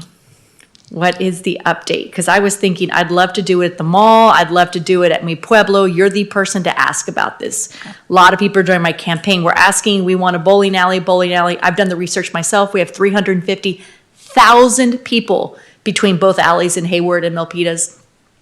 Do we have any visions, any ideas, any update? Oh, it's a great idea. In fact, at the last year at ICSC, which is the retail conference, we did have actually a very good meeting with one of the larger bowling entertainment concepts. Again, they are still kind of floating around in the area. Just, to let you know that most retailers don't see city boundaries. Mm-hmm. They see us as trade areas. So they are kind of just looking in the general area. We pitched, locations, the mall, the Macy's, parcel in particular, but there are also other areas in the city. And again, it's part of our follow-up to kind of keep at them. Yeah. Mm-hmm. And to tell them and show them that there is kind of that desire to have them here. Yeah, I really appreciate that, because the bowling alley, it's such an opportunity to make so much money for our city. We could be bringing in a lot of revenue. I think it'd be really good. Just keep it going down the lane. We'll see what happens. Thank you. But I'm bummed. Just a couple comments on Councilmember Little's. I also support, obviously, a bowling alley, but I think it has to, unfortunately, be in conjunction with some other activity, whether it be restaurant use, other gaming uses. It has to be kind of a combination of recreational uses. And I love also the various newsletters that you send out. Are those available? Are they bilingual? Are they available in multiple languages? No, not at this point, but we can look into getting it translated. Yeah. I'm always a big believer because, as you mentioned, Old Town, for example, I want to make sure that portion of our community, the business owners in that community, where English may not be one of their primary languages, that we do our best to try to get that information out in the language that best fits. So, something to think about. Okay? Councilmember Grindal. Thank you very much for the excellent presentation and for all the extraordinary work that your two and a third employees are accomplishing. I have a question. The new tenants in Morton, Questa was one, but is the other a manufacturing location or a distribution? We don't know yet for that. Yes, so Quanta Computers took the Meta food facility site, and that is advanced manufacturing. However, when I was speaking to the brokers, there is actually high interest from other advanced manufacturers. I think they're just getting on that kind of wave that's coming in, anything related with AI. Of course, and I'm glad to hear that. So it's important that we make things here in Newark and not just move things around. So so congratulations on helping Questa to land here. So appreciate that. The mall area, and that's the whole area. That's the Macy's parcel. That's the Brookfield owned parcel. That's the New Park Plaza. That whole area is in crisis, and we have to acknowledge that there's a serious problem there, and we're addressing that and with the TAP panel to help address it. But I just want to be clear that at least I view this as a very serious crisis for our community. The loss in revenue and employment for our community because of these derelict owners, because they have not been working hard to bring jobs into our area, is very problematic. And I think we have to be prepared. And as we're going into the TAP panel. And going into a budget cycle, I think we have to be prepared to think outside of the box, to think about things like a fee on a vacancy, that when the property owners are not adequately marketing their locations, a fee on, and then also considering something like a retail incubator process where the city would actually lease or buy properties and then do an incubator process. So I think in terms of implementing what the TAP comes up with in that area, I think we have to, I think that we need to be thinking really outside of the box and be on the cutting edge of doing this, of doing something to attract businesses like a bowling alley, and other dynamic uses.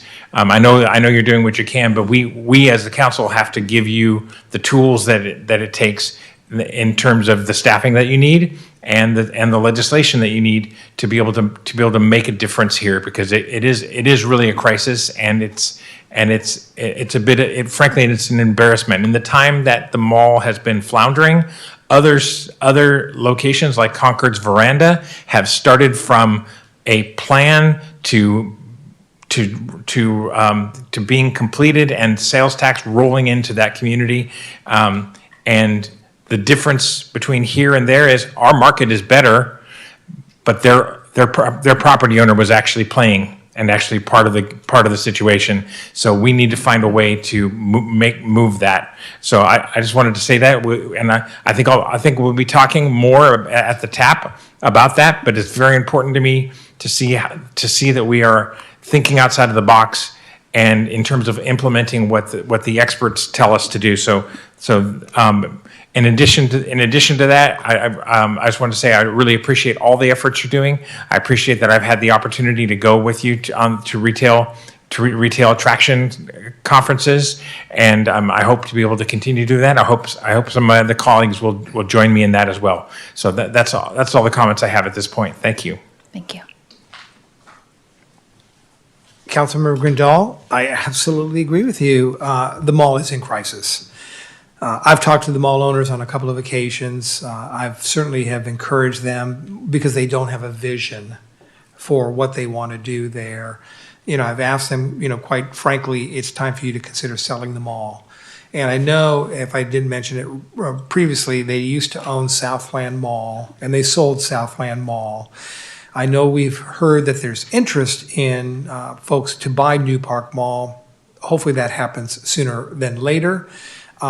Because your statistic that indicated that if you subtract New Park Mall from our retail vacancy, we're at 3.5%. Think of how that really will impact other retail owners and folks that want to come and open up retail businesses here in Newark. That's going to create that economic incentive for folks to want to do that. But when they drive by, as the council member mentioned, and they see a vacant mall, as they come into our city, they may already draw conclusions based on the retail market here that is really not substantiated by the data that you've provided. So to Councilmember Grindal's comments, anything we, the council, can do, fees, whatever the case, to motivate vacant commercial property owners, to incentivize them to become more active, because they are part of our community. I'm not going to say that they're not. They're part of the community, but their inactivity does hurt our community. And I was still here, you were here when we came up with the New Park Mall vision. And I was so excited about it, and to see that that just simply fell by the wayside. And I've told the Brookfield property, when they come with another vision, we're open for business here in Newark. There's no business that we're not going to be willing to sit down and have a conversation with if they want to do business in Newark. We will tailor it to meet, zoning requirements or whatever the case may be, but we're open for business, and we want businesses to come here. And so maybe between now and when we do the tap, maybe they'll sell them all, and that would be just great news for the community, because obviously anybody that buys that property will come in with a vision, and we don't have that currently. We'll have it hopefully down the road. Councilmember Contancio. Thank you so much for your thorough presentation. In thinking about jobs in Newark, especially biomedical and biotech, it's really important that we continue to help our community also understand that we're not just a small town, but we're a small town with great minds and innovative technology. And so I'm really glad that people were also able to go to Newark Memorial High School as guest speakers, especially for the community youth, to see and to aspire to continue on with the legacy, to continue with Newark. I also wanted to thank you for always putting a positive spin on things, and thinking actually a little bit about, although our 49ers got eliminated in the divisional round of the playoffs last week, I do want to say there is a silver lining that you did mention for Newark, which is that we can expect and hope for an uptick regarding the reservations at the hotels, regardless of who's in the Super Bowl, because it's at the Levi Stadium, which is close by. And so I'm always in support of money coming into Newark. And so thank you so much as well for promoting to everyone in the community to continue to shop in Newark. Thank you. Thank you. Councilmember Jorgens, or Vice Mayor Jorgens. It's a terrific presentation. Very well done. Thank you. Thank you. Really impressed with the presentation, but what I love about the presentation is that you go above and beyond. Your leadership on ICSC simply says, I work for the city of Newark, but I have a greater role and responsibility in terms of leadership in these other areas and other capacities. So thank you for that, because your being a member of that organization highlights, the real quality of work that we do in the city of Newark. And my only goal is that you do not be submitting resumes to other cities and this and that. I mean, we're really pleased to have you. When I think of 2 1/3 employees, and Naz, thank you, Naz, for what you do. Morgan, thank you for what you do. I've been out with you folks. We, the council, support you. And as the Councilmember Little mentioned, anytime there's ribbon cuttings, certificates of appreciation, whatever they are, certainly let the council know. We're happy to be there with you side by side. Thank you very much. As you reach out to businesses on a periodic basis, are you reaching out to owners of vacant retail properties? And the one that always comes to mind, other than the mall, is the Mi Pueblo. Do we reach out to those owners to try to sit down with them and get an understanding as to what's your vision? Because your vacancy at this location is of no benefit to our community. And I would tell them, you have a responsibility to this community as a property owner to do what you can to bring business and jobs to our community, and you're failing in that regard. So tell me, what is your goal and your plan for, not you, them, their property? Do you have those conversations with these vacant retail property owners that have allowed their businesses or properties to be vacant for no particular reason? We do reach out on a regular basis. And in fact, I also ask broker colleagues to reach out because sometimes they're a little bit more open to just working with brokers, or their brokers working with brokers. But in some instances, there is some traction. For example, I've established a really good relationship with the owners of the former O'Reilly site, and so we are trying to help them get that re-tenanted. The former Pueblo site is a little bit more challenging. My understanding is, who the family that owns it, the responsibility of managing it has kind of moved around, and so it's just kind of trying to hit a moving target. But again, I do enlist the assistance of the brokers that I know to reach out and try to get a feel for what these property owners are thinking. And again, I think anything we can do to help you in that regard, whether it be sit down with those owners and talk to them about the importance of really participating and helping us develop that site, we're happy to participate in that area. My last question is if you can provide an update on the Macy's property. I know that we had some interest in that property. It's been sold. Can you give the council an update as to where that development opportunity lies? Sure. So the property was sold. Macy's sold the property at the end of 2024. And since then, we've been working staff has worked very closely with the new owners. It is Charles Company based out of Southern California. They are a successful developer. They have turned around a number of junior box kind of sites in Southern California. I think one successful one recently was in Long Beach. It was a Sears that they purchased, and they were able to re-tenant it with a sports basement. And so we've been working closely with them. I think at this point, if you recall, the Macy's has 3 levels. They are trying to trifurcate the property to bring in either 3 or more tenants. So again, we have met with them at ICSC conferences. I continue to reach out to them in regards to their plans or their tenanting plans. So there has been some traction with a possible ground floor tenant.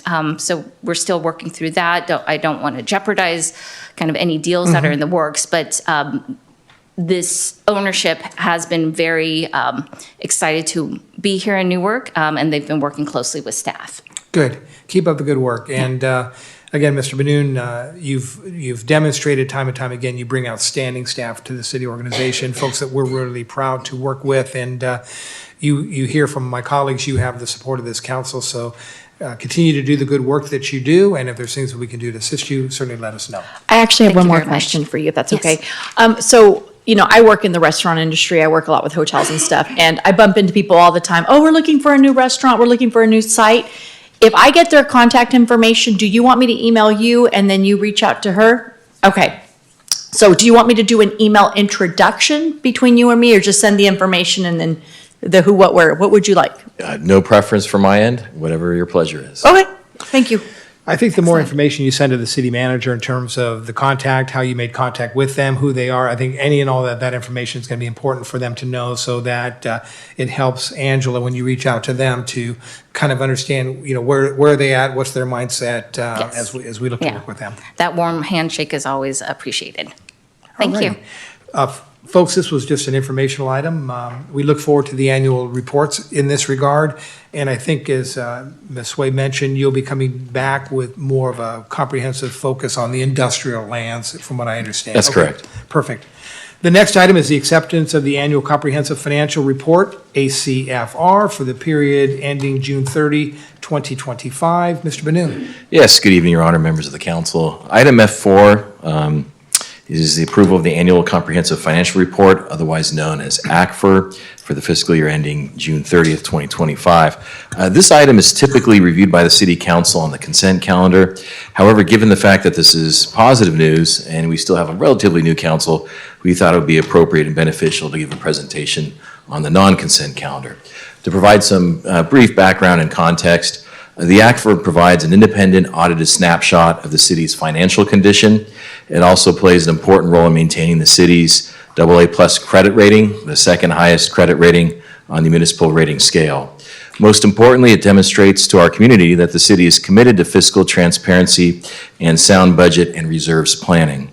Tonight's presentation includes a high-level overview of the city's fund balance of approximately $207.9 million, showing how reserves are structured and confirming that general fund reserves meet council-adopted policy targets. Finally, I would be remiss if I failed to mention the leadership from the City Council and our conservative approach to budgeting and fiscal planning from our finance staff.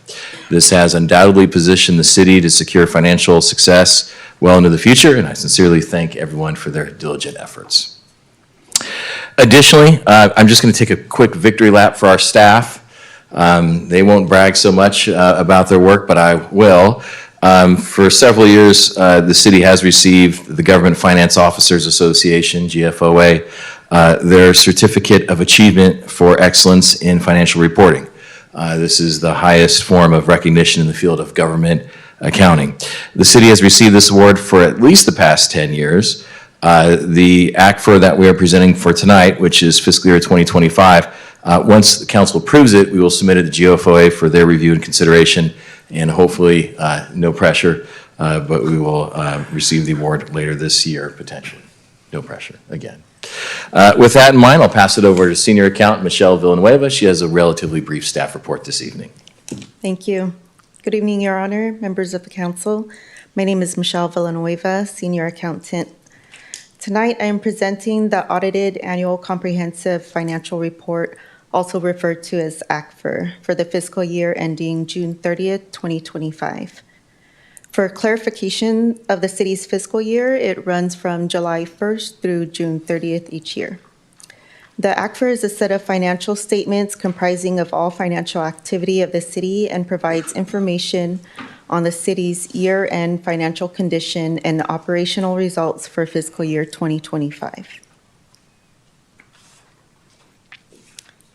Here is the agenda for tonight's presentation, in which I will explain the fiscal year 2025 audited results, explain why the ACFR results matter. I will let you know the fiscal year 2025 financial results and fund balance, talk about the Certificate of Achievement, and give the staff recommendation.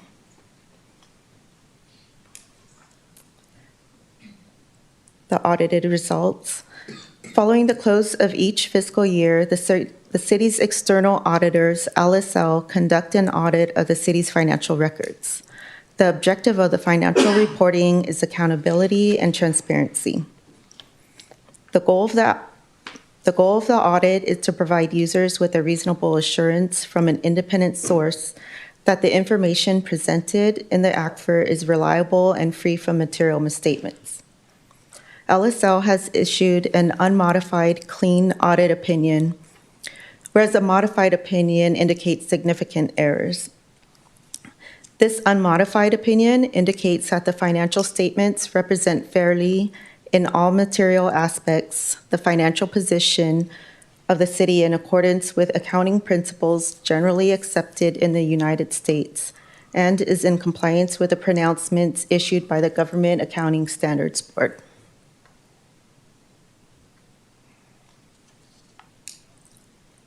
Why ACFR results matter. It confirms trust in the numbers. The independent audit helps to ensure the financial statements have been reviewed and conform with government accounting standards. It informs budget sustainability by determining, the ACFR helps determine budget sustainability by providing detailed information on the government's financial health. It reinforces the reserve policy by allowing us to maintain and report on financial reserves in accordance with the city's reserve policy. It supports capital and debt decisions by strengthening the credit profile and helps to support cash versus debt strategies. And it sets a framework for future decisions where financial results can be used to review financial trends, which help with future budget planning.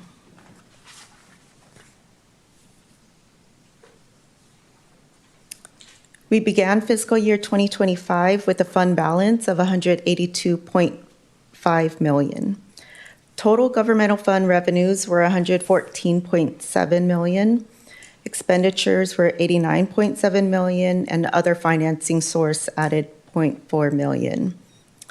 This resulted in an increase of $25.4 million to the fund balance, closing the fiscal year with a total fund balance of $207.9 million.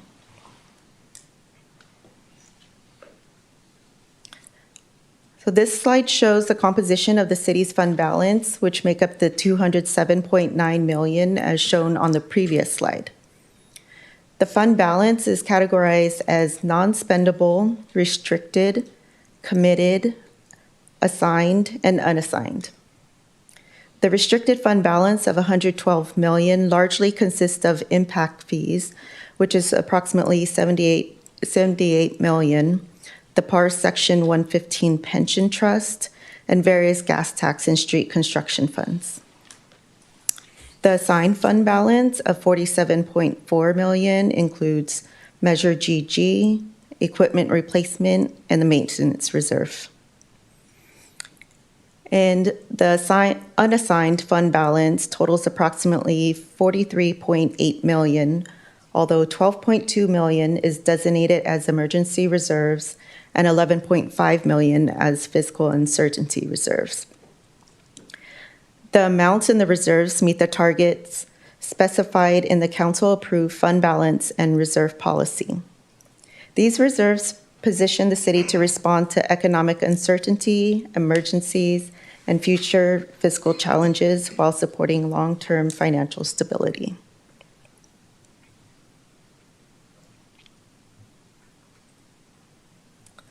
The city received a Certificate of Achievement for Excellence in Financial Reporting for its ACFR for the fiscal year ending 2024 from the Government Finance Officers Association.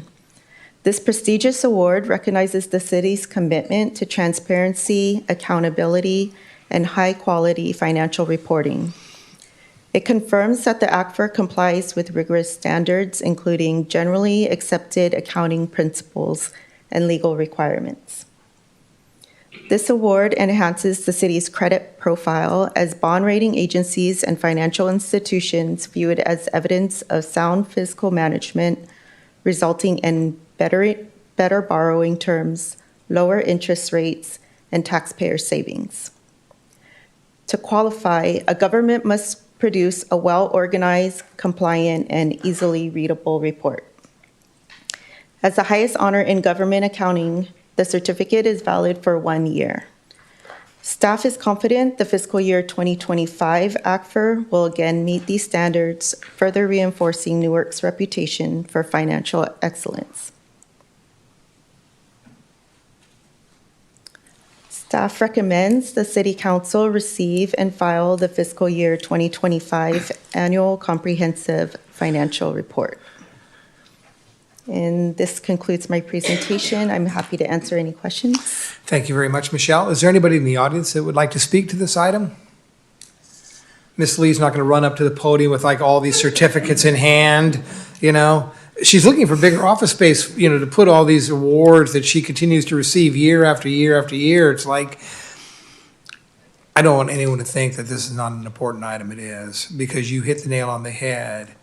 The interest rates that we receive for either refinancing or new debt is a cost savings to our community because we've demonstrated that we manage our finances. If you don't have a AA rating or something of that nature, you're going to pay more, which then takes away your ability to provide services in other areas. So, you know, we selfishly hang on to this AA rating, and I would anticipate under your leadership, Mr. Benoon, and Ms. Lee, your leadership with this department, that we will continue to achieve this rating. I'll start down to my left if there's any comments. Mr. Grindal, Councilmember Grindal. Yes, Ms. Villanueva, thank you very much for the presentation. It was excellent and informative. My only comment is to the city manager, and I think having this on an open agenda is something that we should be doing. I think it's worth highlighting, so that's one council member's opinion. So thank you for bringing this forward in open session. Thank you. Councilmember Little. It's just awesome. Thank you so much. I love numbers completely, so I appreciate the work you guys do, and it's a really big deal because I think one big part of it is just keeping the emergency reserve, because when something happens, it's good to have something back up. So thank you so much. Down this end, any comments? Vice Mayor Jorgens? Yeah, I want to thank you for the presentation. Always good to hear good news, and I'd like to echo my colleague's comment that I would like to continue to see this on the regular agenda calendar. Yes. Yes, Councilmember Contagio. Thank you for your presentation. It's also really a great idea, not only to have it continue to be on calendar, but also to have open communication regarding the money from the different measures that the voters also have passed. I appreciate that you also included the interest rates and accountability for the accounting. So thank you. Thank you. And I share my colleagues' comments. Mr. Manoon, I think anytime we can bring good news to the community, we should highlight it. And this is good news. So thank you for the hard work that you folks do in the finance department. You're greatly appreciated, and I know you work hard to continue these achievements, and we see the effort. So thank you. Great. Thank you so much. This is an action item, so I need a motion and a second. I would like to motion. Okay, motion made by Councilmember Little, seconded by Councilmember Contancio. Please vote. And that passes unanimously. Great, thank you. We are now at city manager updates. Mr. Benoon? Yes, good evening, Your Honor, members of the council. 2 updates for you this evening. The first is that next week, the city of Newark will be hosting our Newark Resource Center ribbon cutting event. If you go to the next slide, please. This is on Thursday, January 29th from 3 to 5 p.m. over at Ash Street Park. This is a free event. It's open to the public. We are celebrating the completion of construction of the new Newark Resource Center. And this is a new community hub designed to connect residents with essential services and local organizations. If you could go to the next slide, please. We do have some limited parking. The public is invited to park alongside Enterprise Drive at the newly redone parking lot at the Newark Senior Center, and as well as third and final at the Service Center over on Filbert Street. So that again, that is on Thursday, January 29th from 3 to 5 p.m. We anticipate ceremonial ribbon cutting led by Mayor Hannon, and Assemblymember Lee, Senator Wahab, and Supervisor Marquez will also be in attendance that afternoon. And the second announcement, the first edition of the new bi-weekly newsletter is going out tomorrow, Friday, January 23rd. This is a bi-weekly newsletter that will help us stay connected with our community, and the community can learn all about what is happening in the city of Newark and what we have to offer. The public is encouraged and invited to sign up. The website is listed there at the bottom, and at this point, despite the fact we do not have our first edition out yet, we already have 200 plus subscribers. So thank you, Ms. Latier, for your efforts. That concludes city manager updates this evening. Thank you, Your Honor. I love the communication efforts that are going on in the city. And the more communication we do and provide to our community is certainly ideal. So let's go to council comments. I'll start to my right, Councilmember Contancio. Yes, thank you. Yesterday, I did attend the AVA meeting where I am the Newark representative. I wanted to let the community know that we did recently expand services of AVA to Stockton and Lathrop. And so therefore, now AVA does have over 2 million people that they serve. Additionally, I would like to have a save the date announcement. Again, I'm going to be announcing a free event that will take place for Lunar New Year that I'm partnering with Senator Aisha Wahab and Assessor Fong Law. I've also heard from Assemblymember Alex Lee that he will be in attendance as well.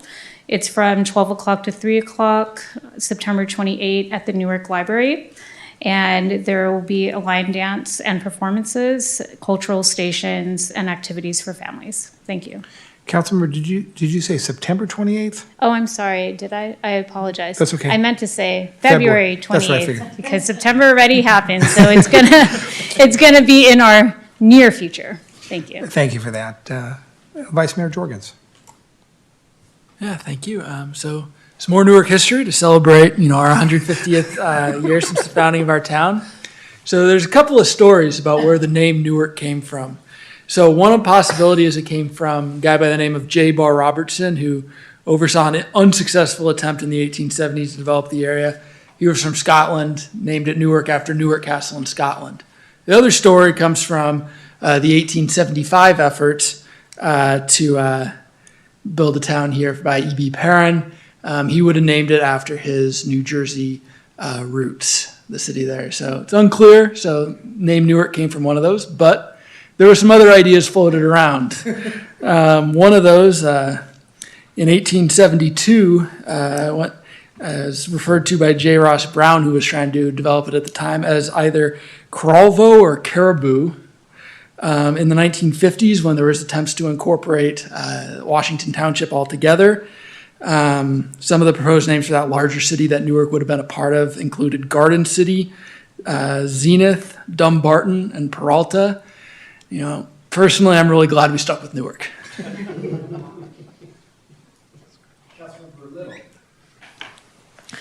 So yeah, I want you on my trivia team, by the way. So I want to let you guys know everything is moving forward with the Tri-City Veterans Mixer. After you guys go to the Newark Research Center event from 3 to 5, you just hop over to the O'Sullivans. We're going to be celebrating the Tri-City Veterans Mixer. The goal is to connect all the veterans in the area. We definitely want to connect the Vietnam veterans, the Korean veterans, but also Gulf and Afghan and Iraq. No one's ever done anything for them. So the goal is to kind of connect them, get them to all meet and stuff like that. The VA will be there and also the VSO will be there. And also it is confirmed the 3rd annual Mission Peak Yo-Yo Day. I'm hosting it again this year. We are going to be having it, like I mentioned to you, the Spin Doctors will be coming out. It's going to be on February 28th. So first you go to the Lunar New Year with Julie, then you come over to the First Presbyterian Church with your yo-yos and come learn how to yo-yo. So that's moving forward. And the third event I'm working on for the 3rd month of the year is the Tri-City Teenage Career Fair. I'm super excited to tell you guys about this. I partnered with Ohlone College, and it's for all teenagers. It is for young individuals. In the morning, we're going to have resume writing, how to do a job interview, how not to take your cell phone to the job. Don't take your mom to the job interview. I know it's happened before, especially with rec. I can tell you they probably have stories. And then in the afternoon, we're going to have a job fair for people. So if you know of any businesses that are looking for entry-level employees, minimum effort employees, we're definitely going to be working with teenagers and putting it together. This is being put together by Ohlone College, myself, and the Tri-City Career Center located at Ohlone College in Newark. That's all I'm working on for now. And I appreciate those initiatives. Just 2 suggestions on the fair for the young folks is I would certainly encourage you, if you hadn't thought about it already, is maybe to attend one of the Newark Unified School District meetings and advise the board that this is something that would certainly be of benefit to the students here in the Newark area. And I know they send out, I believe, a weekly newsletter to parents in the district, if I'm not mistaken. And if they send out some type of a newsletter, you might want to prepare a paragraph in that newsletter and ask that be incorporated so that information gets out even to the broader community. Thank you. And certainly wouldn't hesitate, as you know, to have a portion of that in Espanol as well. The more we reach out to the community, the better. Councilmember Grindal? Yes, I believe it's an e-newsletter now, Mr. Mayor, so okay, that's even easier.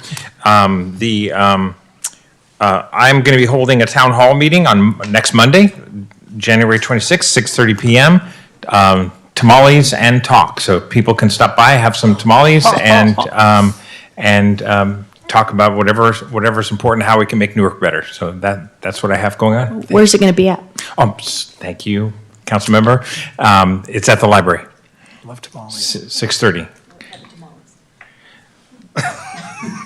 There'll be various types of tamales. There'll be tortilla factory tamales, in fact, because they're excellent. Shop Newark.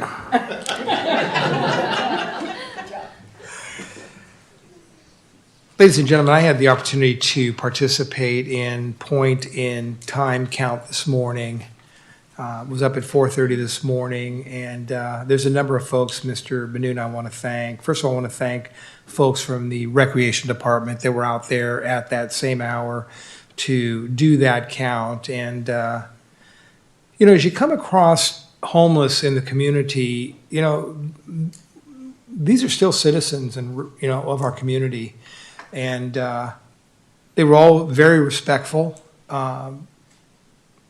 Barry Tamani deserves a great deal of credit for the work he does in the community to help those that are homeless, to receive services and know that the community cares about them.